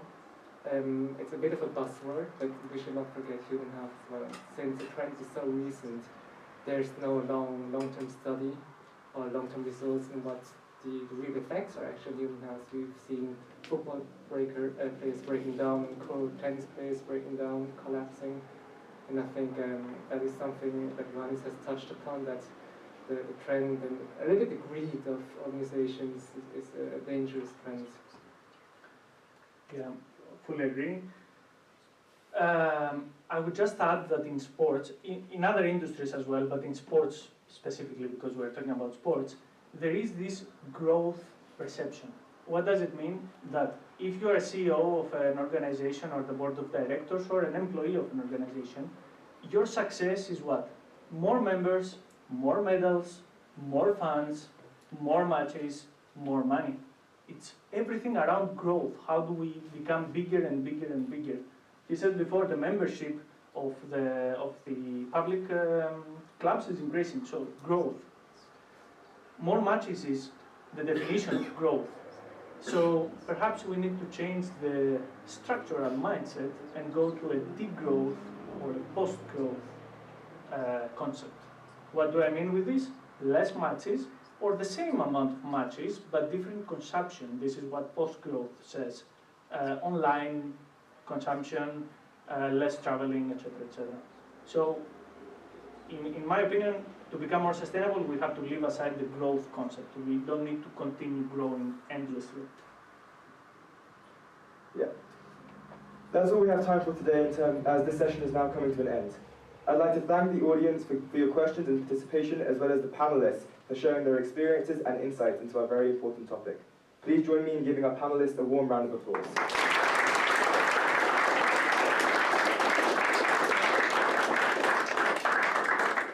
I would like to ask that you now please begin your transition to session 5. If you do have any more questions for the panelists, you are free to make way to the front, but please be mindful for your time to your next session. Thank you and have a great day. That's great. Thank you, man. Thank you so much. That was great. Yeah.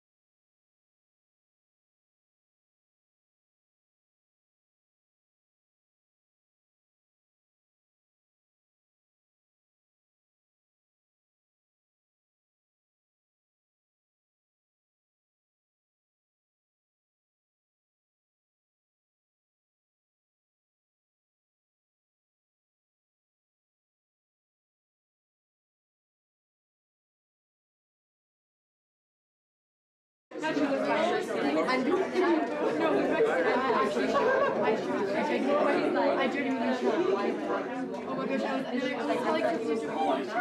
everybody. I would like to ask for you to all please settle down, turn off your phones, as the session will begin shortly.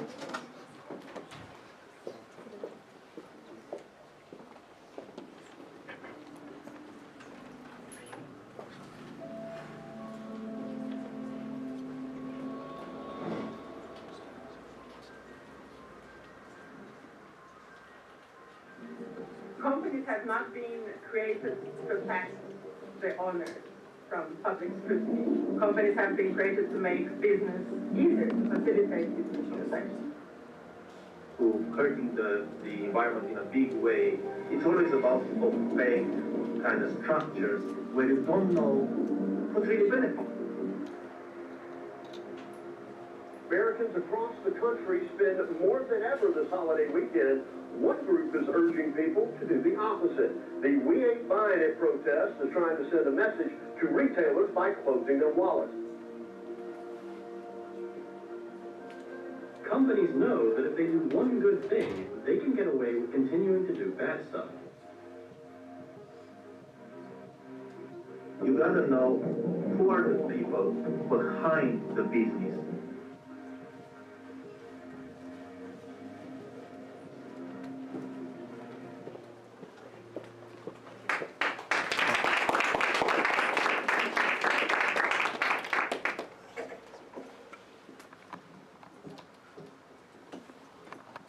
How much do our ethical choices really influence our economy? As consumer awareness and consciousness grow, both markets and the wider economy are being reshaped at an unprecedented pace. Whether it comes from consumers or business owners themselves, we can now see a true shift into how ethics come forth in business models. This panel will explore how informed, value-driven consumers are influencing business models, demanding clear information, and redefining what trust means in today's economy. From boycotts, to widespread protests, to transparent business models, our world is changing every day. Every small action can now make a difference. Our speakers will discuss the ethical responsibilities in guiding modern commerce and how everyday consumer choices are reshaping entire sectors in our world today. Hello, my name is Misha, and I'm an 11th grade student here at ISNL, and a leader of the YFS series team. And I would like to welcome you to the Trust, Transparency, and the Changing Market Landscape panel.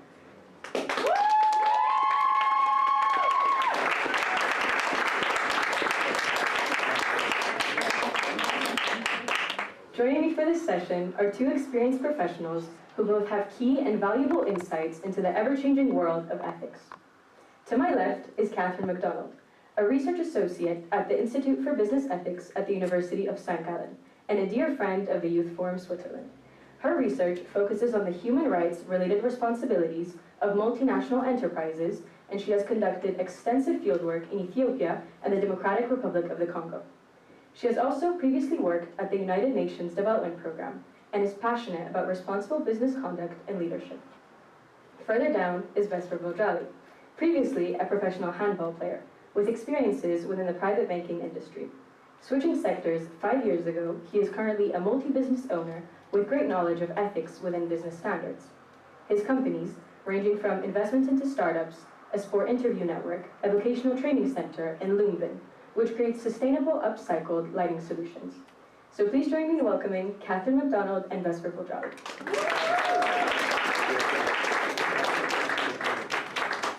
The first 25 minutes of this session will allow our panelists to answer the questions that I have prepared and discuss them openly, with the remaining time allowing you, the audience, to ask any questions you may have about the panelists or the topic at hand. So to begin, Vesper, as a business owner yourself, what have been some of the key things you have had to learn about being transparent with your own consumers? And how exactly would you say that ethics play into such? Yeah, thank you very much for having me here. I'm very impressed by the energy here. It's my first time. Thank you, it's great to see. Loomvin actually is my first business where I founded as a co-founder actually. And transparency was always a key value we had inside.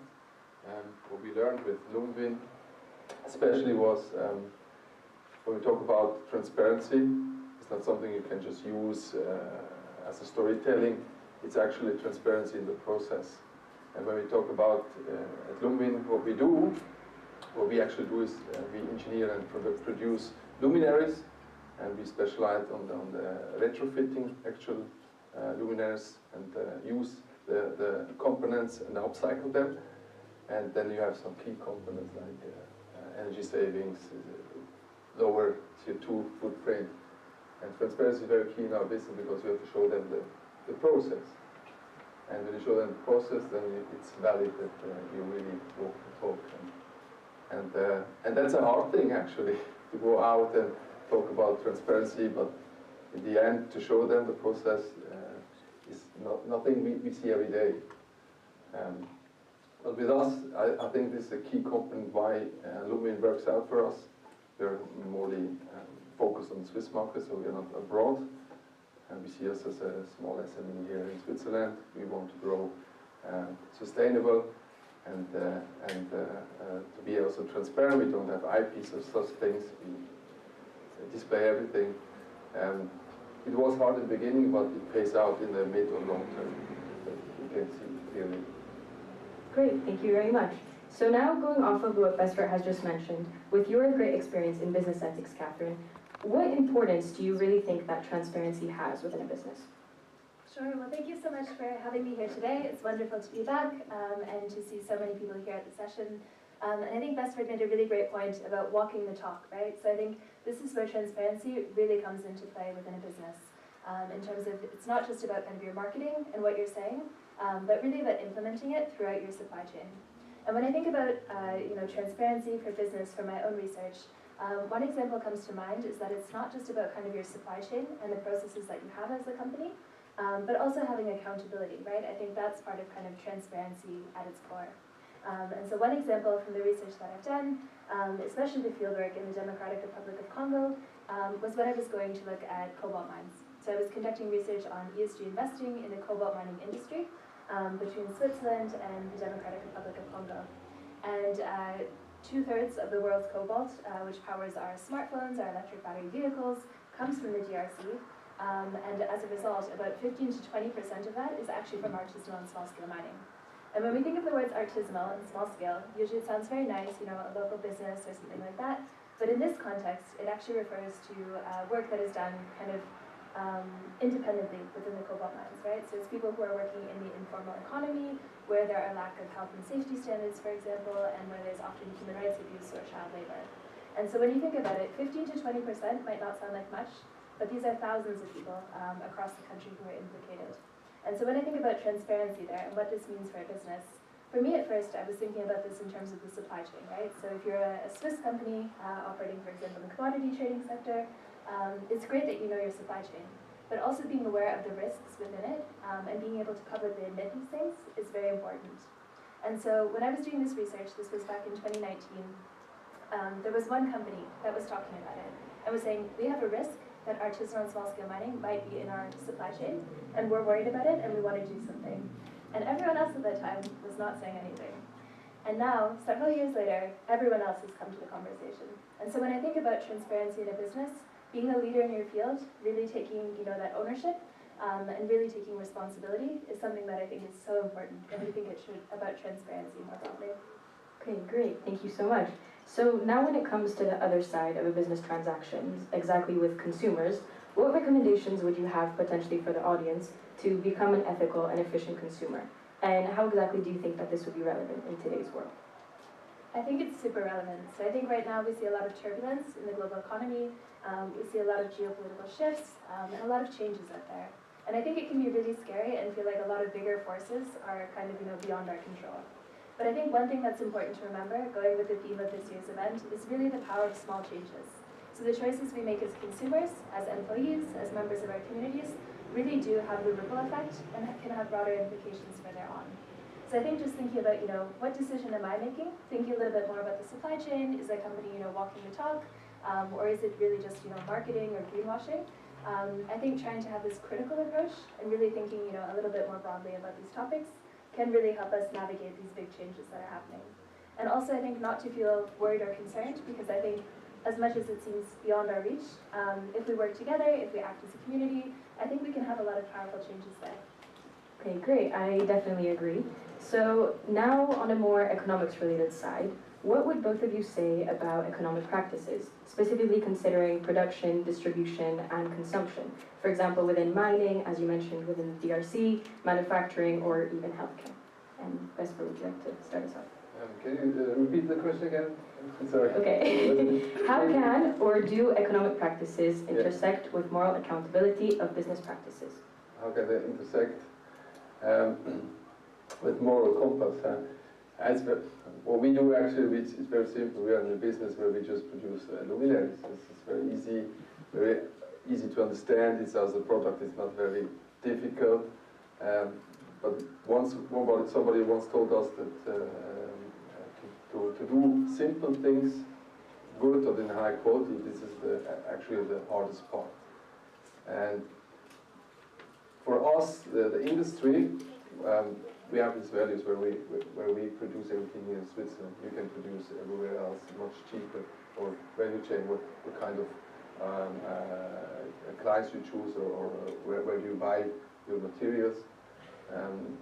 We also produce everything in Swiss assembly with apprentices, which is not cheaper actually, it's more expensive. But in the end, what we learned is the companies, you have first to educate them, and when you stick to your values, it needs time, but they can adapt. But in the end, they want to make business. That's what I learned. And a company sells you something, and but they are driven by the consumers. They say the consumer actually dictates what they want, and if you enough for a long time, if you stick to your values, the companies will change and actually produce what you want. I don't know if I answered the question really, but something like that. Okay, great. I appreciate your insight. And Catherine, what would you have to say? Yeah, maybe just to build on that as well, I think going by your moral compass is a very important thing, as mentioned, given kind of the challenges that we face and also economic uncertainty.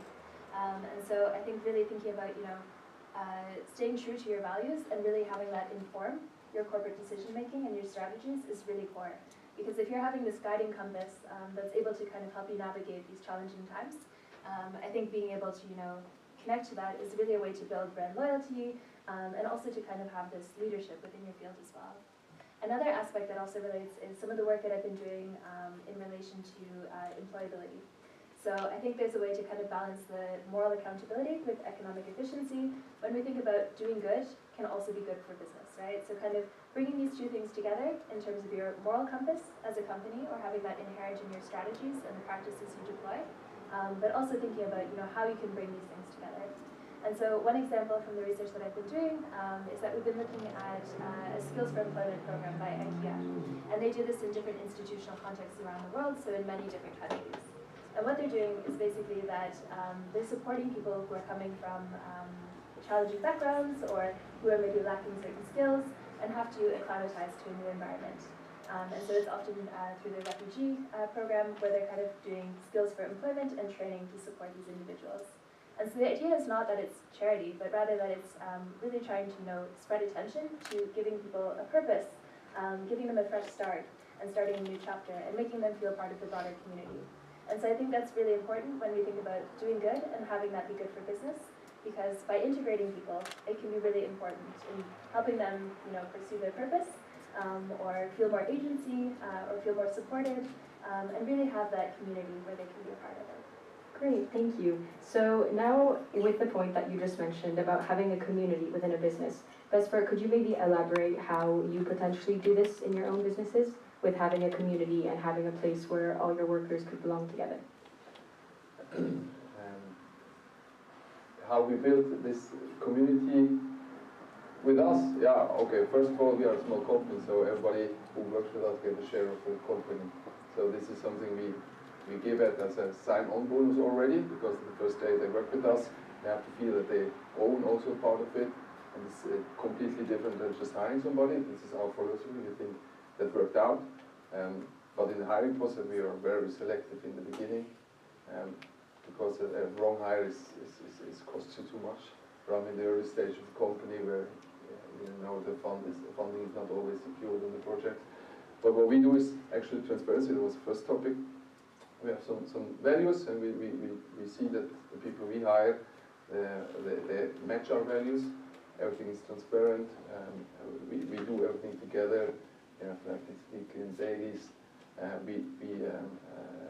We decide together. We talk not always about the good things. It's very important to have also talk about stuff, things that doesn't work well, and give them empowerment or empower the people you have, give them trust, so they can also decide what does not work. It's micromanagement that we learned. Trust is very important, and you have to build trust. And you have trust, everybody's motivated, but in the end you also have to give them a vision, where to go, which direction you run, and yeah, believe in them, let them try things out, and that works for us. I don't know if you grow and then the organization grows and it's bigger, it's getting more complicated. With us we have 12 people, so it's very small company, but it makes fun. This is a little bit how we do it, and one thing is very great. We have a big bell, but this is on the sales side. When we have a new client or customer, somebody goes, rings the bell, and it gives you positive energy, and we take everybody with us, and this is cool. Just to celebrate, and this is, sorry, no more. Also celebrate the small victories. I can give you an example. When we started 3 years ago, our first client was in terms of size, 1,700 francs. And my co-founder and me, we just high-fived and jumped each other. We had a lot of joy, and it was great. And 2 years later, I remember that day because now, retrospective, he called me up. I was in the car, and we talked about the business, what was going on today. He said, yeah, Oxa just ordered for 600,000. Oh, okay, great. And hang up. And then I said, what the fuck? Sorry, can I say? Yeah. 2 years ago, for such for 600,000, I would run naked to the streets, around the streets. And now we're not celebrating this achievement. I just called him up and said we have to change that. We have also, we forgot to have fun, or to have the joy of also small successes or victories, and that we put it into our small team now, also to celebrate small victories. It's not just about having a new customer. You have everywhere small victories. It's very important to celebrate them as well. Yeah, I'm very glad to hear that you have such a ritual within your company to be able to celebrate the small things that really matter. So now going back to you, Catherine, I just have a question about how do you think that consumers could pressure firms into making ethical choices with these transparent values that, of course, both of you guys have been mentioning today? Yeah. So I think it's always easier said than done, right? And I think there are multiple different ways to go about this. So I think, as I mentioned before, kind of the collectivity, right? Working together as a community, whether that's in associations or groups or clubs, really trying to have your voices heard. I think that's important. I think we also see more and more in kind of this age of social media that there is more engagement between companies and stakeholders, right? So I think if we think about kind of the mining industry, often we hear about, for example, rights holders who are affected, and they're able to voice those opinions on social media and have them heard or understood in a broader public sphere. I think there's still a challenge of accountability sometimes, but I think these provide a few initial mechanisms that allow us to think a little bit more broadly. I think also really thinking again about these kind of small changes that we can make, right? And whether it's speaking to your local politician or representative, also getting together with a wide range of your classmates.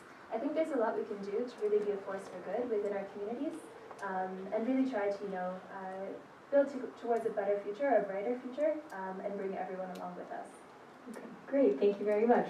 So now mentioning your point about having an impact with the things that you do. So Vesper, as someone who is local to Switzerland and, as you have mentioned, is very focused on the ethics and potential sustainability with your business, particularly with Lumvin, how would you say that individual consumer choices or your choices as a business owner could shape society's environmental footprint, and how have you seen this within Switzerland or all across the globe maybe? Yeah, I think I mentioned that maybe already a little bit earlier. It starts with decision. You have to make a decision as a company or as also an individual and believe in this decision that this is the right for you. And if you have that decision, then you have to stick on that and double down maybe sometimes. Because on the way you always are not sure anymore. This is the right way, but you have to give things also time.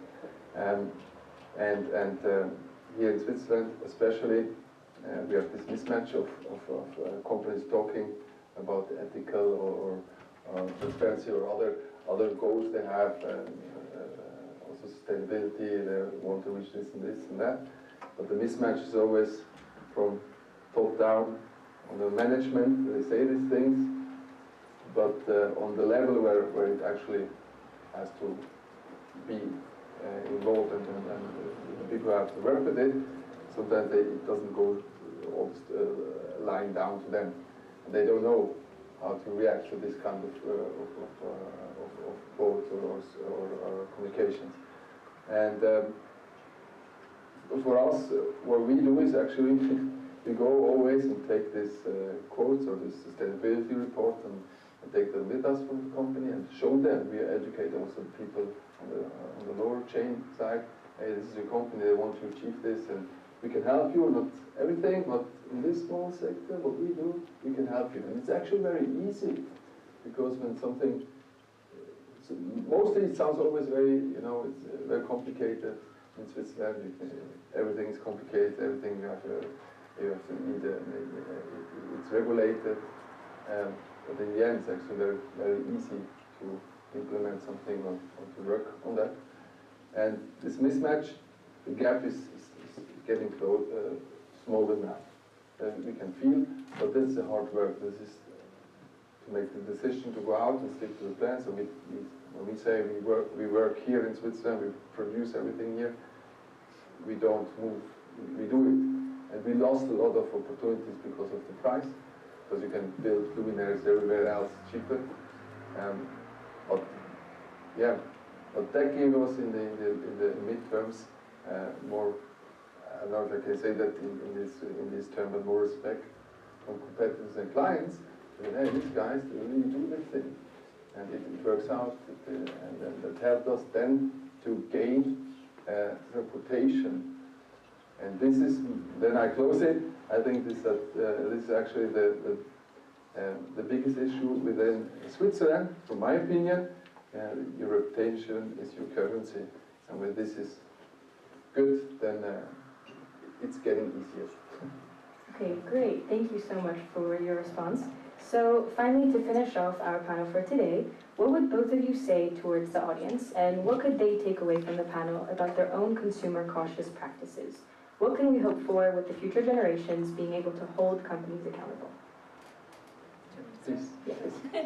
So maybe actually linking off of what Vesper just mentioned, there was a figure that I found when I was preparing for the panel, and it's a little bit old, it's from 2022, but the World Economic Forum at that point in time announced that I think it was around 90% of CEOs and executives believed that sustainability was important, but only 60% at that time, so only 4 years ago, had sustainability strategies in place. And so that's a mismatch of 30%, right? And so I think if there's this idea of, something being said from the top and then actually being implemented, I think it's also up to us as employees to kind of, engage in these practices, or also within, the broader groups that we're a part of. So just maybe something to add on there. On the question of thinking about what we can do, again, I think it's really about the power of small changes, right? Not only how we relate in terms of sustainability and our efforts there, but also I think in terms of how we treat one another. So I think basic things like, kindness, as they mentioned earlier this morning, giving a smile, I think all of these things are so important in terms of just thinking about how we want to build a community that everyone is a part of, right? And so I think that also kind of coincides with our sustainability approaches, with our ethical approaches, really just trying to think big picture about what type of world we want to live in and what type of world we want to help shape. Another point on that is really thinking about stewardship. So I think rather than seeing ourselves as, the head of this committee or the boss or based on our roles, I think also thinking about stewardship is really important. So how am I running this company or this organization or this initiative in order to keep it and preserve it for the next generation?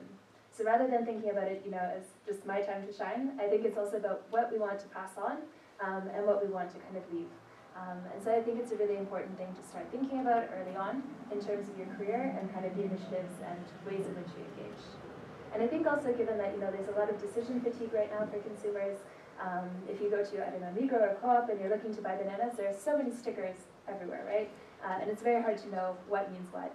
And so I think really trying to, understand the world, see different perspectives, and also trying to make these little small choices that can have a positive impact, it's really important. So it's all on my side. Or you said it very clearly, and I'm with you.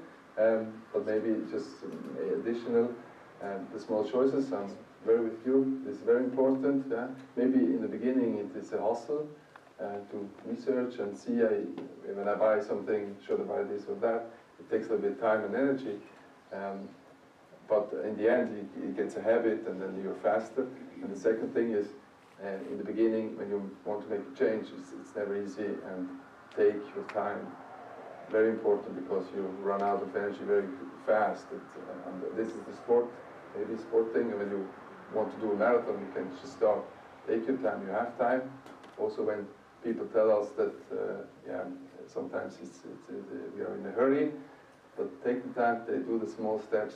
There's time. There's time, and it's better this way than just you want to change tomorrow, and then it doesn't work out maybe, and then you're depressed, and it doesn't help everybody. So, and be happy. Thank you very much. So that is all that I have in terms of questions. So thank you to both of you for sharing your great experiences and your insight on this topic. So now we will take a quick 2-minute break to allow all of you to process all of this information and get your questions ready. I would like to ask for you to keep the questions rather brief, and I will try to get to as many of them as possible.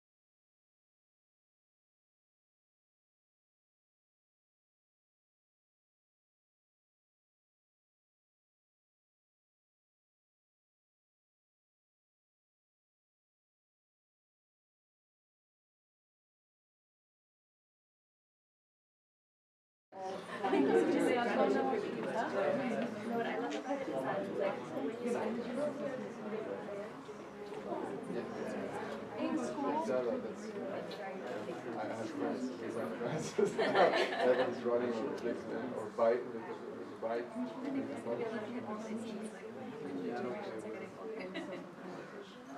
So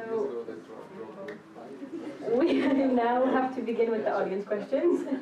So I would like to ask for you to please raise your hand, and when we come over to you with the microphone, could you please stand up, state your name and school, followed by a brief question.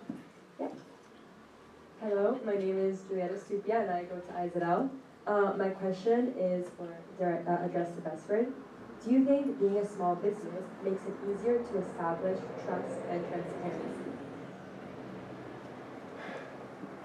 easier. There's nothing is easy when you're small. Actually, it's hustle, everything. I think it's easy in terms of putting that when you do it right in the beginning, that the company has it in its DNA. It gives you, it's easier in the midterm, that for sure, but it's never easier because you get distracted all the time. As a small business owner, you're so many topics, so many different hats on, and it's constantly a struggle. Get the new client, also hire somebody, you never know what to do, stick to your plan, produce cheaper or not, the quality, you know, do I check everything I do, or just every second, or every 10th? And yeah, but I think go that way, yes, go that way, because it turns out positive for you in the mid-long term, for sure, 100%.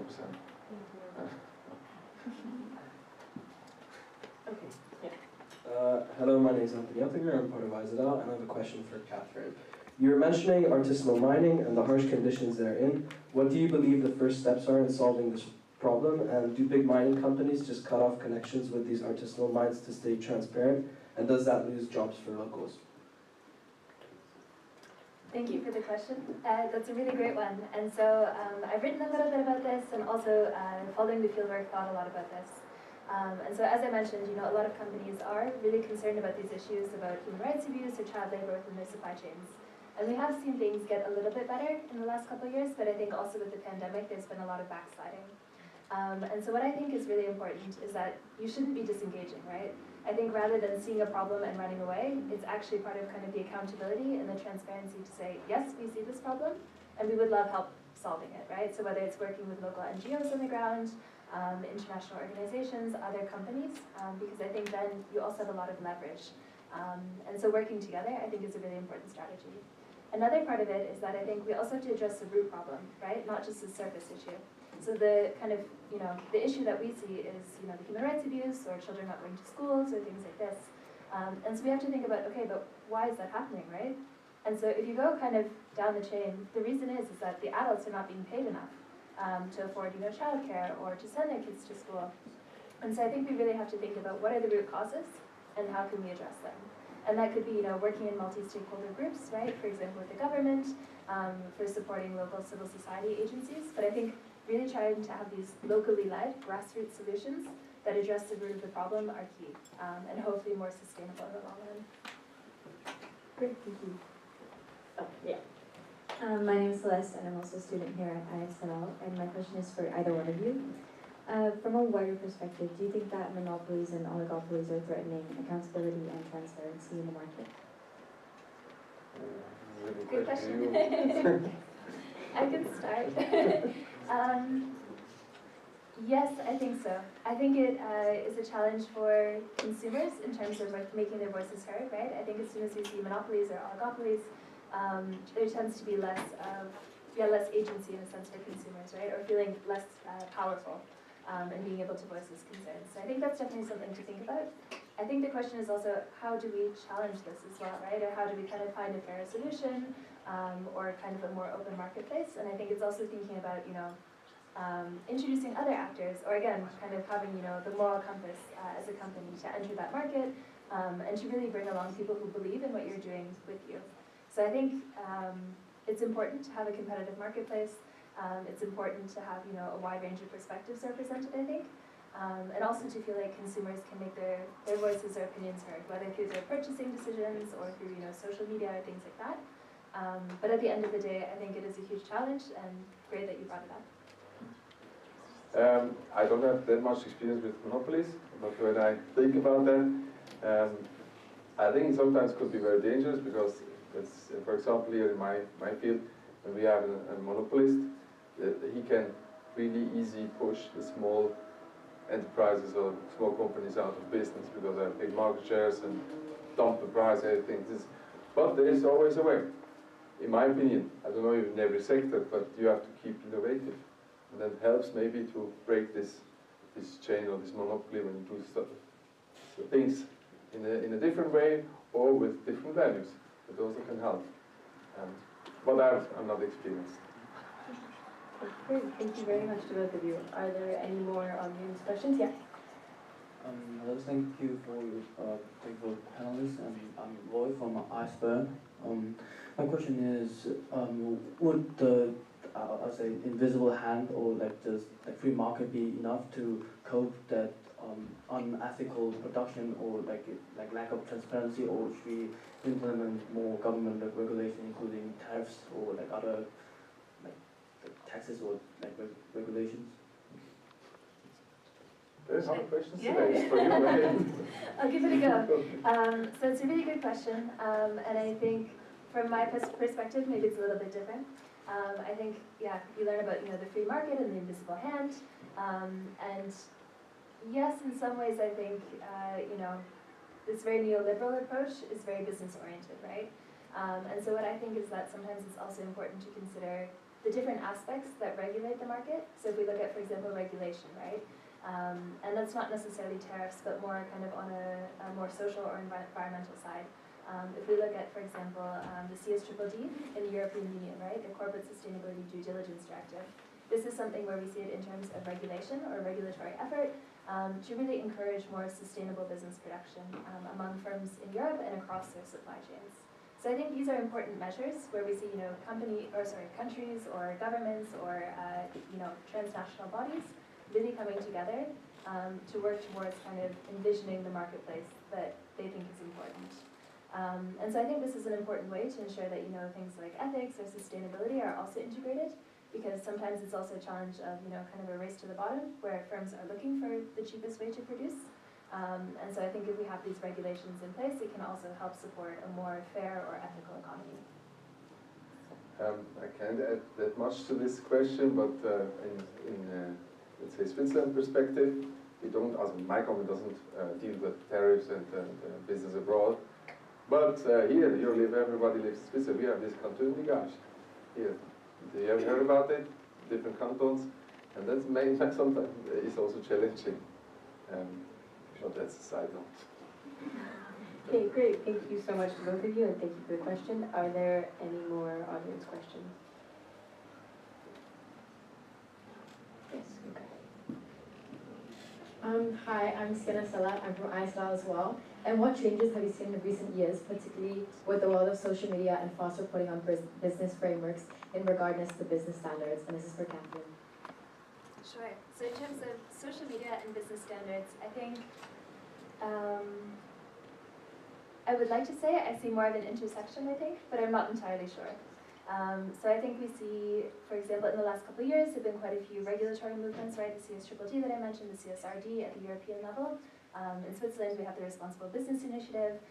So there has been quite a big push in that direction in the past couple of years. Going forward, I'm not entirely sure. I can't predict the future, unfortunately.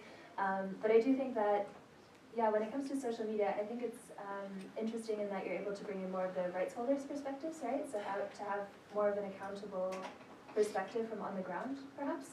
And I think it's also a great way of kind of, encouraging a sense of community, or encouraging a sense of, more responsible business conduct or expectations by stakeholders and individuals.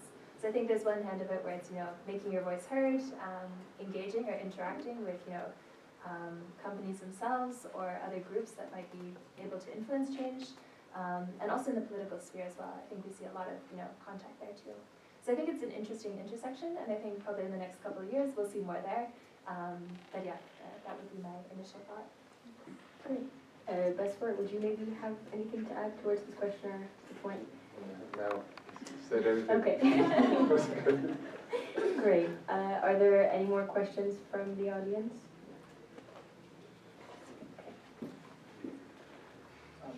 Hello again.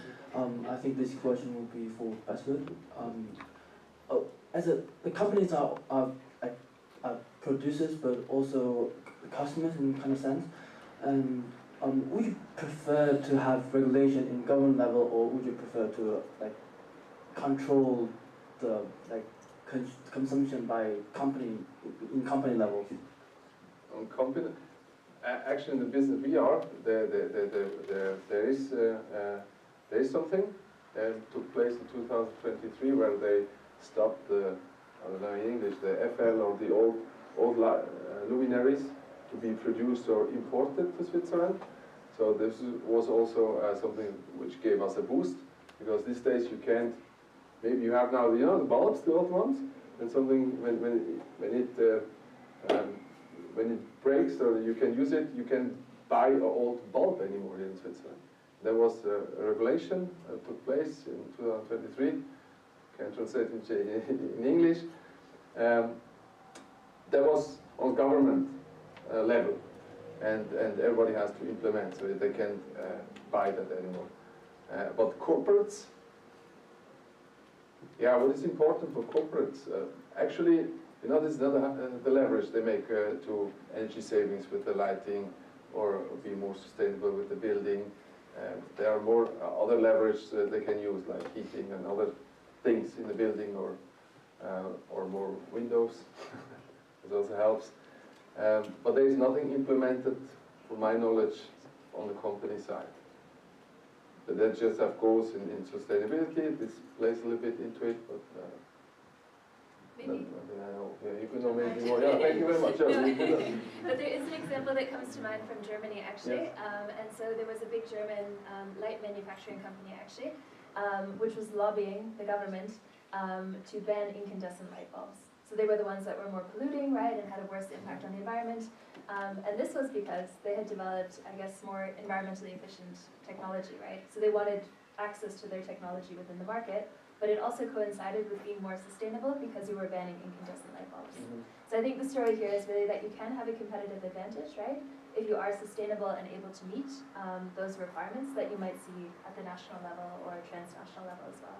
So I think it's not just to say that, you have to be really cheap in your production in order to be, a profitable business.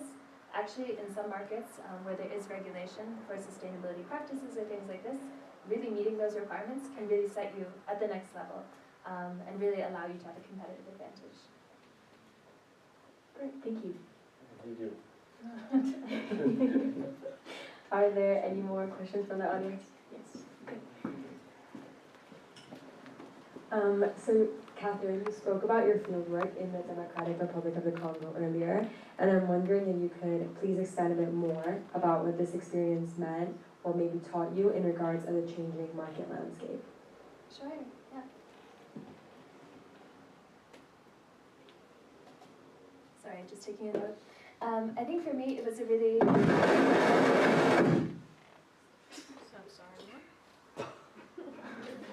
Hopefully it works.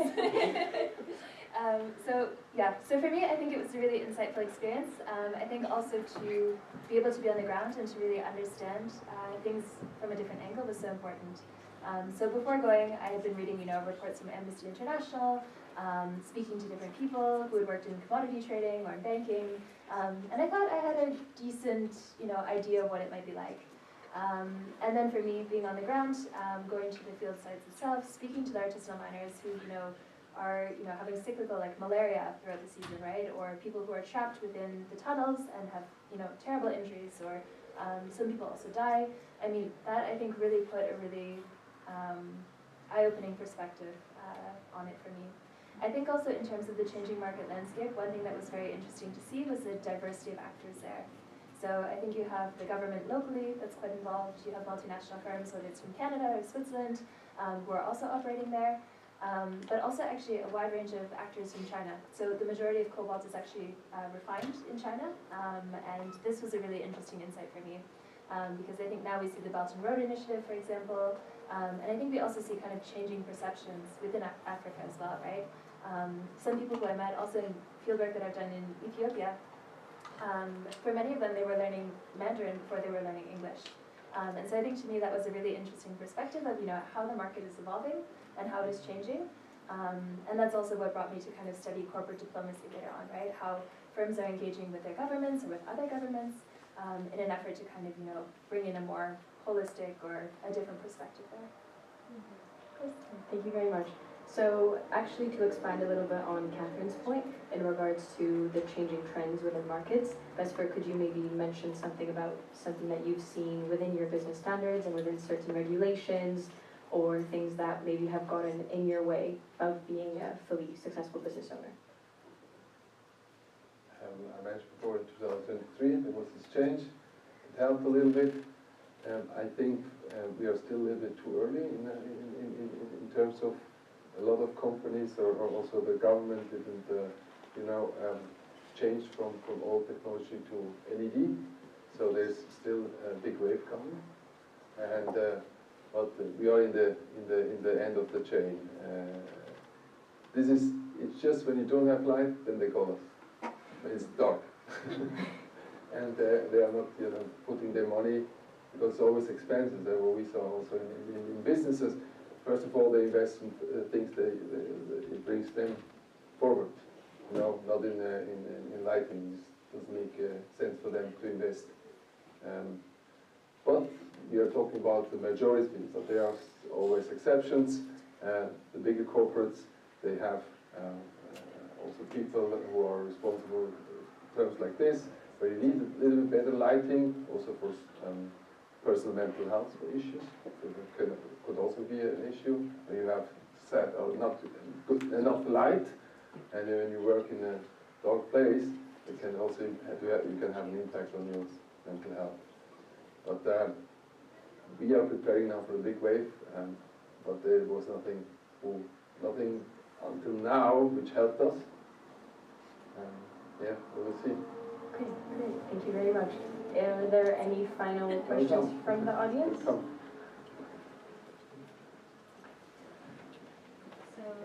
my question is for Catherine. And you mentioned the Belt and Road Initiative. And I was wondering, do you think that the BRI is possibly endangering independent markets throughout Africa, or creating a dependence on Chinese aid?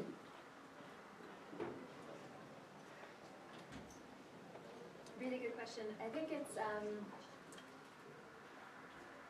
I don't know if it's too soon to tell or not, right? So I think we see examples where there have been, some challenges on the ground, and I think this has been expressly voiced by rights holders. On the other hand, I think in some ways, I think we could also say that in the past, when we look at other countries giving aid, there have also been maybe some similarities, right, or some challenges that also happened on the ground. And so I think it's maybe important to, rather than focusing on the government or the policy itself, rather to look at actually what's happening. Because I think sometimes this also sheds light on, a bigger understanding of, yes, maybe there are a lot of challenges or human rights violations or issues when it comes to agency, right? And so I think it's really important that the countries who are having these projects implemented have the agency to decide, do they want them, right? Or does it make sense for the future that we want? And so I think as long as it's, locally driven and in true partnership, I think that's important. But it is a very good question, and I think it is really, in some ways, maybe too soon to tell, because I think also when we look back at prior sort of development projects, right, I think we only realized or understood the implications much later on. And so yeah, I think maybe it's something to keep an eye on, and to really kind of better understand how and why certain countries or initiatives are engaging, and what potential repercussions could be, right? And really thinking about, is this locally driven? Do they have agency? Are they going in the way that they want to go within that country itself? And are there partnerships bringing them in the direction that they want to go? So thank you very much, and unfortunately this is all the time that we have for today's session, as it is now coming to an end. I would like to thank the audience for your questions and also participation, as well as, of course, our panelists for sharing their great views, perspectives, and experiences on this very important topic. So please join me in giving our panelists a big round of applause.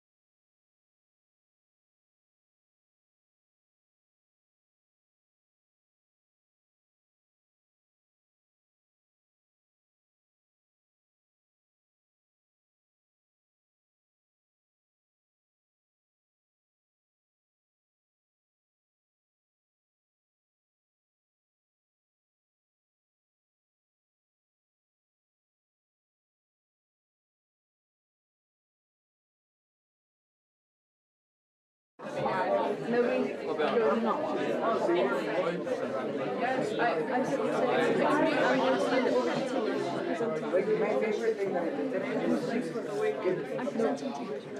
no, I introduced, you introduced Tisa. Tisa, you're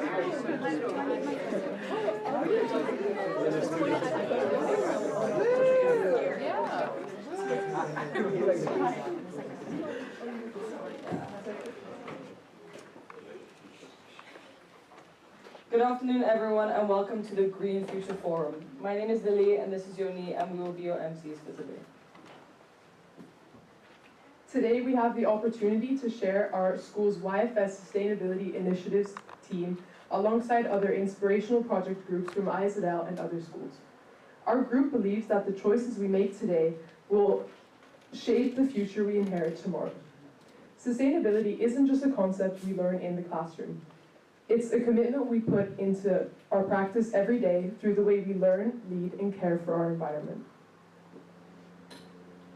Our sustainability journey began in 2019 with the formation of a dedicated initiative team made up of passionate students and staff who shared a common goal, to make sustainability a meaningful and lasting part of our school life. Since then, the team has led a range of impactful projects, from the installation of solar panels to comprehensive waste audits that helped us better understand and reduce our environmental footprint. The goal of our YFS Initiatives team is to meet zero waste and zero carbon goals by 2027. Our group has made progress towards this goal, though there is still a lot of work yet to be done. Today's Green Future Forum will focus on presenting the ongoing initiatives of the youth from ISL and beyond, and we would like to leave this forum inspired, motivated, and fueled with feedback from everyone on various projects to ensure a greater future for tomorrow. First, we would like to welcome Tisa to talk to us about turning comparison into change.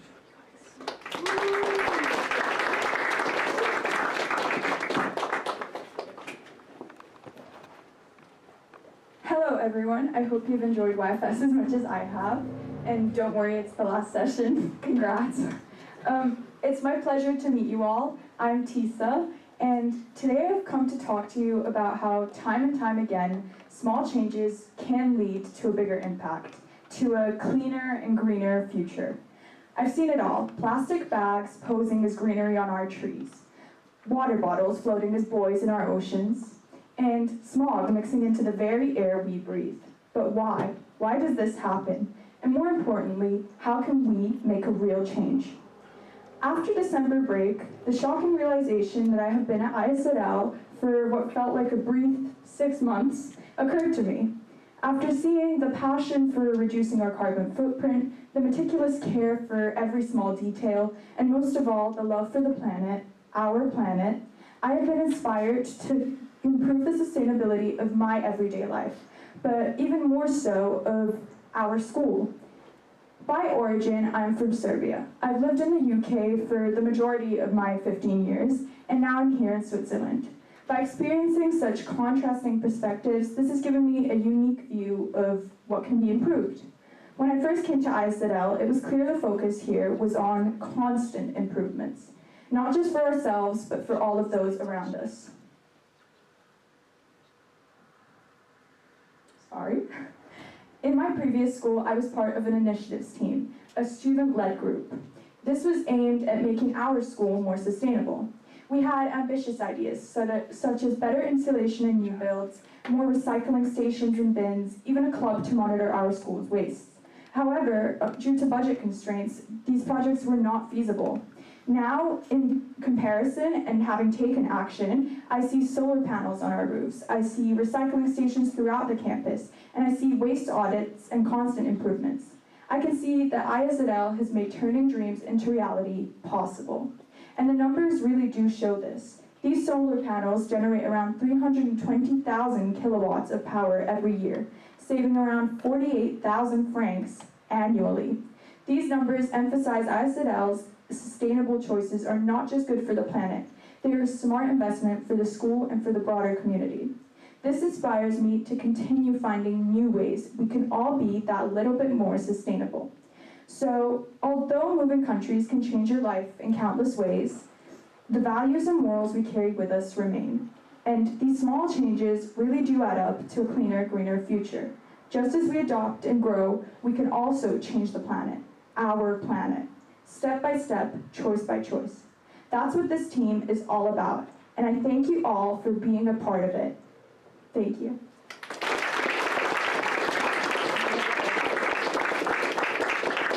Thank you, Tisa, for the insights you've brought along with you from your old school. Next up, we would like to invite Daniel Pugner to the stage, who will be presenting to you about the Villars Wetlands project.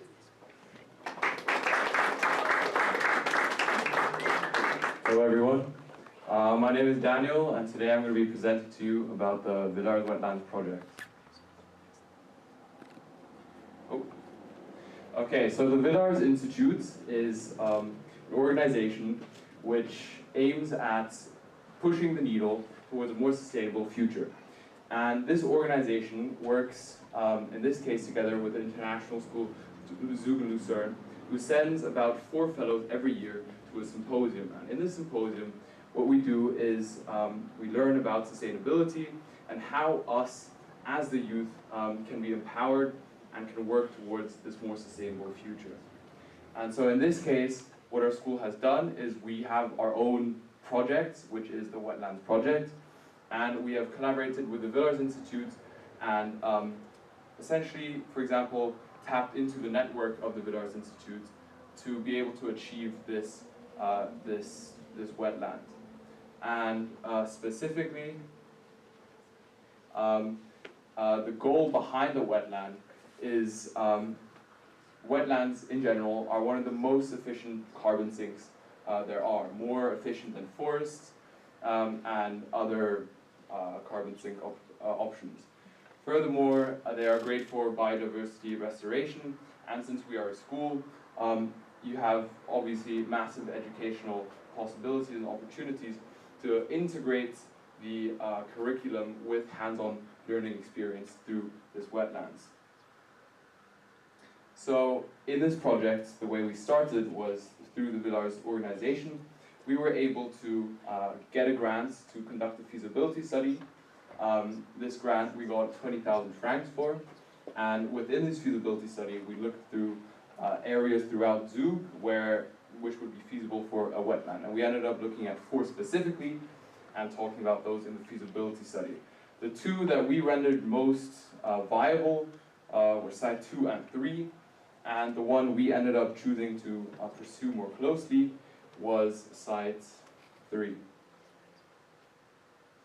And this site would be right behind where the new school campus is supposed to be built. And so after that, we started planning what we wanted this wetland to look like.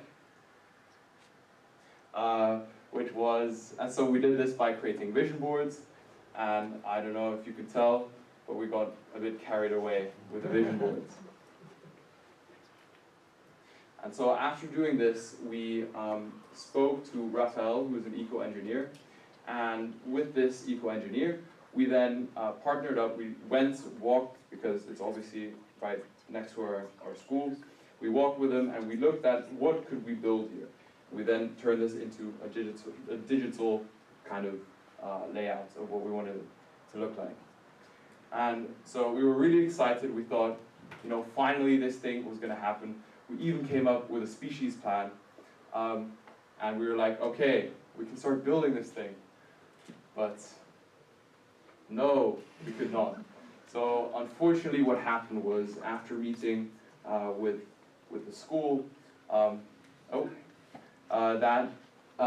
we were told that this would be advisable because of the new campus that's supposed to be built. There's a certain uncertainty with the land that we want to use for the wetland. And so, yeah. And to be fair, it would be sad if our beautiful wetland was bulldozed and replaced by a playground. Yeah.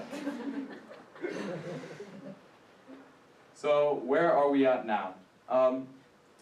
Because we can no longer use this site, we have decided to go with the other site, which was also viable, but we just simply didn't choose because of its proximity. However, since we are now doing this one, we're also very happy to try and work that out. We met with someone, in fact, last Wednesday to talk about how we could incorporate the Gemeinde into this and turn this wetland into reality. And so, since I can't tell you, walk down the street and you'll see our wetland, I do want to give you 2 key takeaways from my presentation today and some of the things that I learned within the Wetlands project. The first one being the importance of perseverance.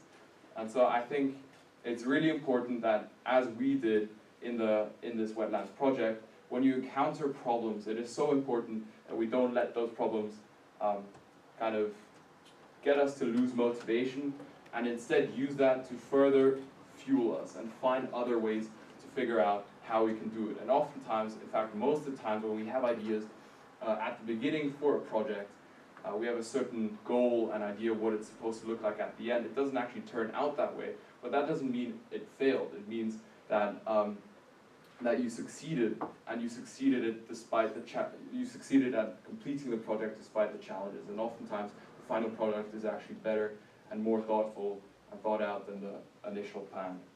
And then the last key takeaway is that something that I would add on to from the keynote presentation this morning, us as young people, it is oftentimes when we talk to what we perceive to be more experienced, more powerful, older people, that it is really scary to go up to them and to ask them for help. Because we think, why would these people want to help us? We're just kids. And I think that from my own experience within this project, that is absolutely not the case. People, especially when you talk to them about something you both are passionate about, they want to help you, and they're more than willing to give you time out of their day to be able to help you and turn your ideas into reality. So, yeah, for example, these were some of the stakeholders that we spoke to: people from the canton, people from the Gemeinde, obviously from our school, and also from other schools around.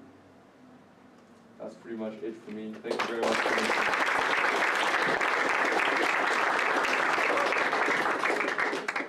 Thank you, Daniel, for taking the time to come and speak to us about the villa's wetlands restoration.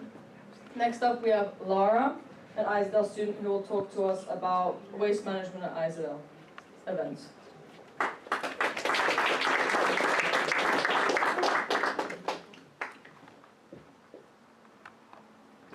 Good afternoon, everyone. My name is Laura, and I'm a grade 11 student here at ISDL. I've had the opportunity to help coordinate the waste management system for school events such as International Day and the Swiss Celebration Festival. Even though today isn't the actual day itself, I'd still like to share how we approach waste management at our school and why it's made such a big difference. International Day is one of the biggest events at our school, and it's all about celebrating different cultures from around the world, the food, the traditions, the atmosphere. But behind all that excitement, there's something every country and every community struggles with: waste. And the way we handle it matters. Waste management is simply the process of collecting, sorting, and handling waste responsibly. Instead of tossing everything into one bin, we separate materials. This reduces pollution and supports a more sustainable future. During the Swiss Festival, our goal was to make waste management organized, clear, and easy for everyone.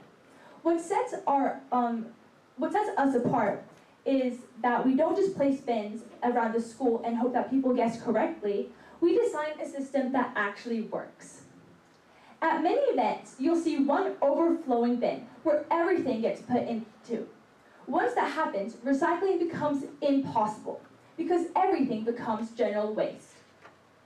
At ISDL, we take a different approach. We set up clearly labeled waste stations with separate bins for plastics, paper, and compost, as well as general waste. Each bin has a sign and an example image, so people know exactly where things belong. But the most important part is our guidance. We don't just expect every visitor to know the rules. Instead, our student volunteers stand by the waste stations and help people sort their items. This removes confusion, reduces mistakes, and makes the process smooth for everyone. Because of this, people pause, ask questions, and learn, and the waste ends up in the right place. The result is a cleaner system, and where recycling actually works. While at many events end up with a big mess and unusable recycling because everything's put into one place, our approach keeps the area clean and the materials properly sorted. It shows that a little bit of organization and teamwork can make a meaningful difference. And this is something that people can learn from. When you combine a clear set of bins with visual instructions and friendly guidance, you create a system where everyone can participate successfully. It becomes a shared effort and not an individual challenge. This is how we can turn a school event into an opportunity for learning, responsibility, and environmental care. Thank you.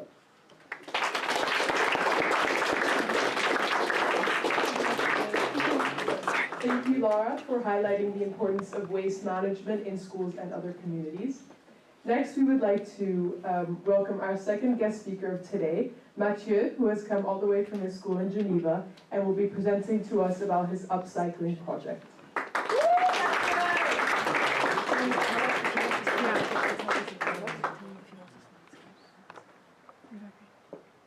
Sorry, my Face ID doesn't work anymore. Okay, so hi. So my name is Matthew, and I'm proud to be part of Upcycle, where we transform abandoned bikes into a sustainable tool for refugees to cycle around Geneva, go to work, and go get an education.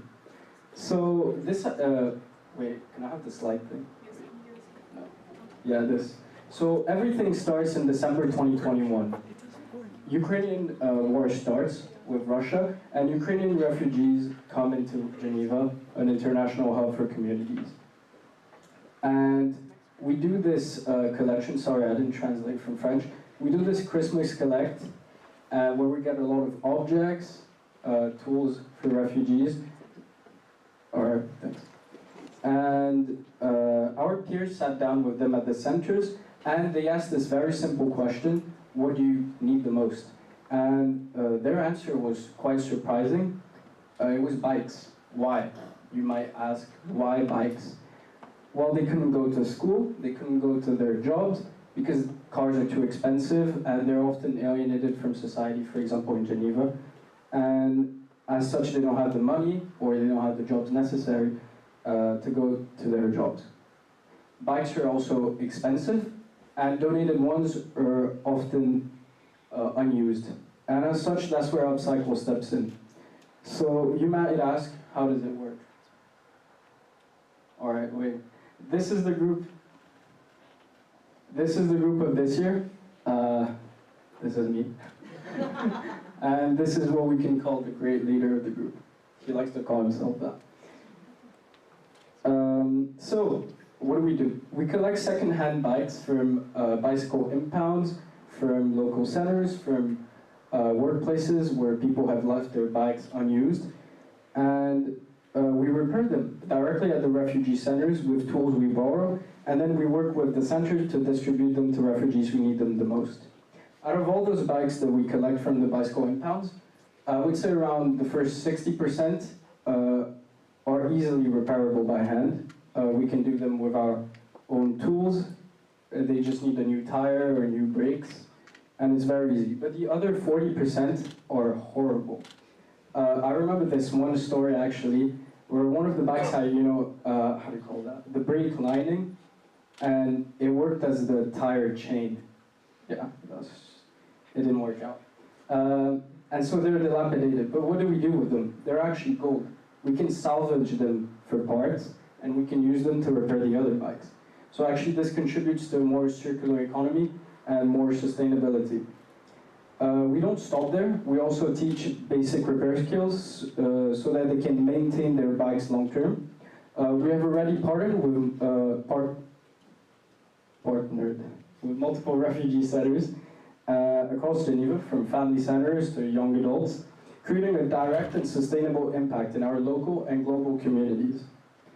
This shows you even small changes, such as building durable relationships with the centers, can really help you achieve your goals. In fact, since we started Upcycle, over 700 bikes have been given to refugees, a number that keeps growing every year, obviously. That means hundreds of people now have the ability to go to their jobs, go to their work. I have this one example where a father could not get to work. Seriously. That is a basic right. And the impact we've seen is incredible. The future of Upcycle is clear. Because we got this money, we got international recognition. So one example is the IB Global Youth Action Fund, where we got $2,500 grant.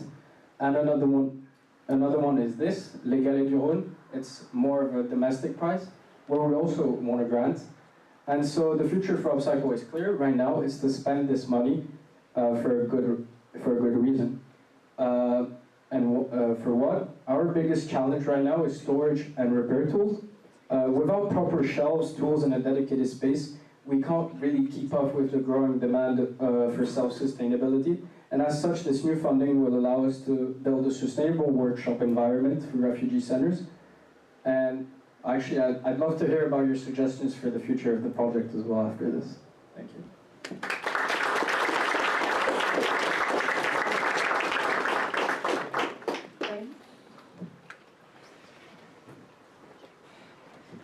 Thank you, Matthew, for coming to speak to us at the Green Future Forum today. Your project is very inspiring for youth all over the world. We'll be moving on to another project at IZL. Fabiana will be presenting to you about waste audits we have done at our school this year.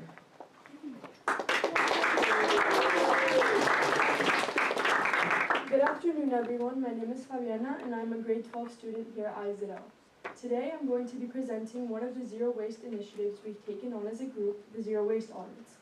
In our mission to become a zero waste school by 2027, we recently conducted 2 waste audits in our school cafeteria, tracking what waste went into which bins, weighing the different sections of food waste, and logging all this data onto a spreadsheet. At first glance, here are the overarching themes. Firstly, general rubbish is being thrown out in PET bins, which are meant for plastic bottles only. And secondly, plastic bottles and cans are being thrown into the general waste bins. These are some examples of the raw data we collected.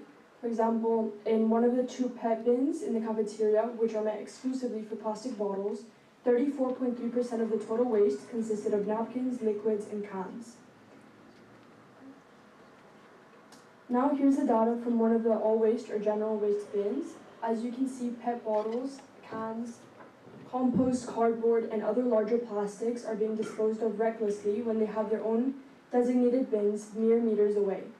At IZL, for the most part, we are responsible and conscious of our food waste disposal, but this data proves otherwise.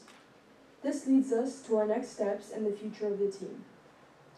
First, we'll conduct a 3rd and final waste audit and compile all the data into one place, and use AI to sort all the information, make conclusions, and translate the data into a comprehensive and digestible framework. Our ultimate goal is to reorganize the layout of the cafeteria bins to accommodate our results, improving the efficiency of waste disposal within the community, and furthering our sustainability journey. Another long-term goal is to partner with Passion Foods, which runs the food truck outside of the cafeteria, to provide biodegradable food packaging options. Now I'm going to hand it over to Tigris, who's presenting related initiatives. Thank you very much.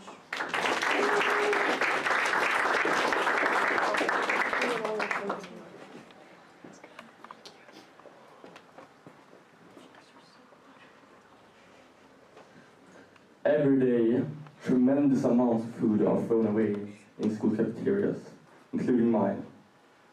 In matter of fact, in 2022, over 1 ton of food was thrown away globally that was available for consumers.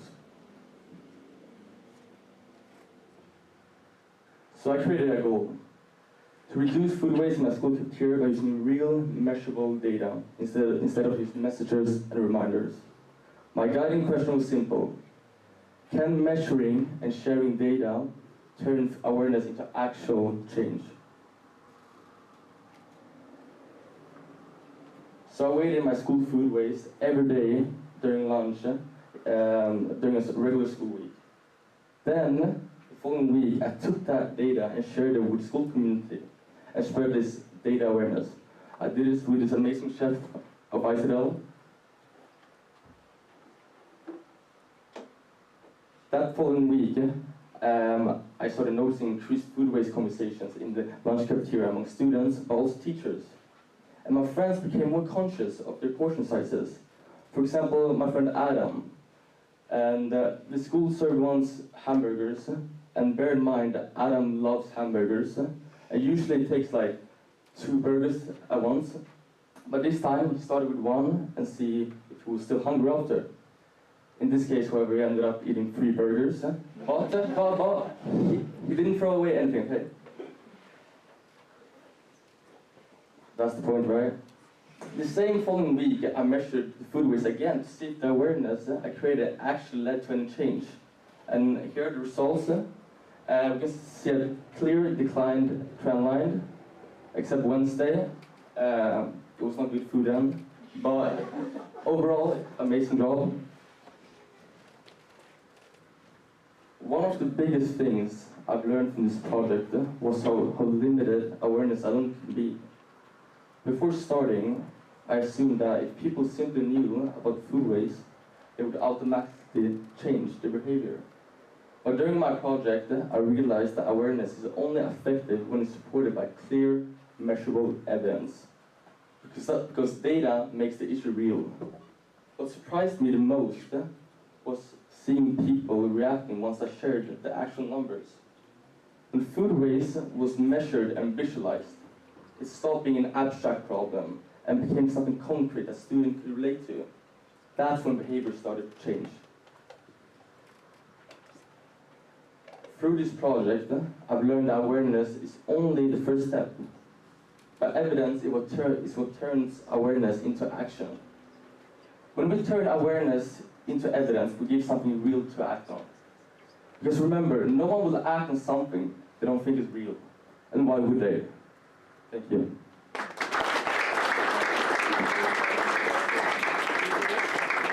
Thank you, Tigers, for sharing your project and fascinating story about hamburgers. So that was it for the presentations. I hope everyone is feeling very inspired. Now we have the opportunity to just network and talk to other students and speakers if you so wish to learn more about their projects. And yeah, it should just be like a small forum style, so you can talk to anyone you want and ask any questions you have. So have fun.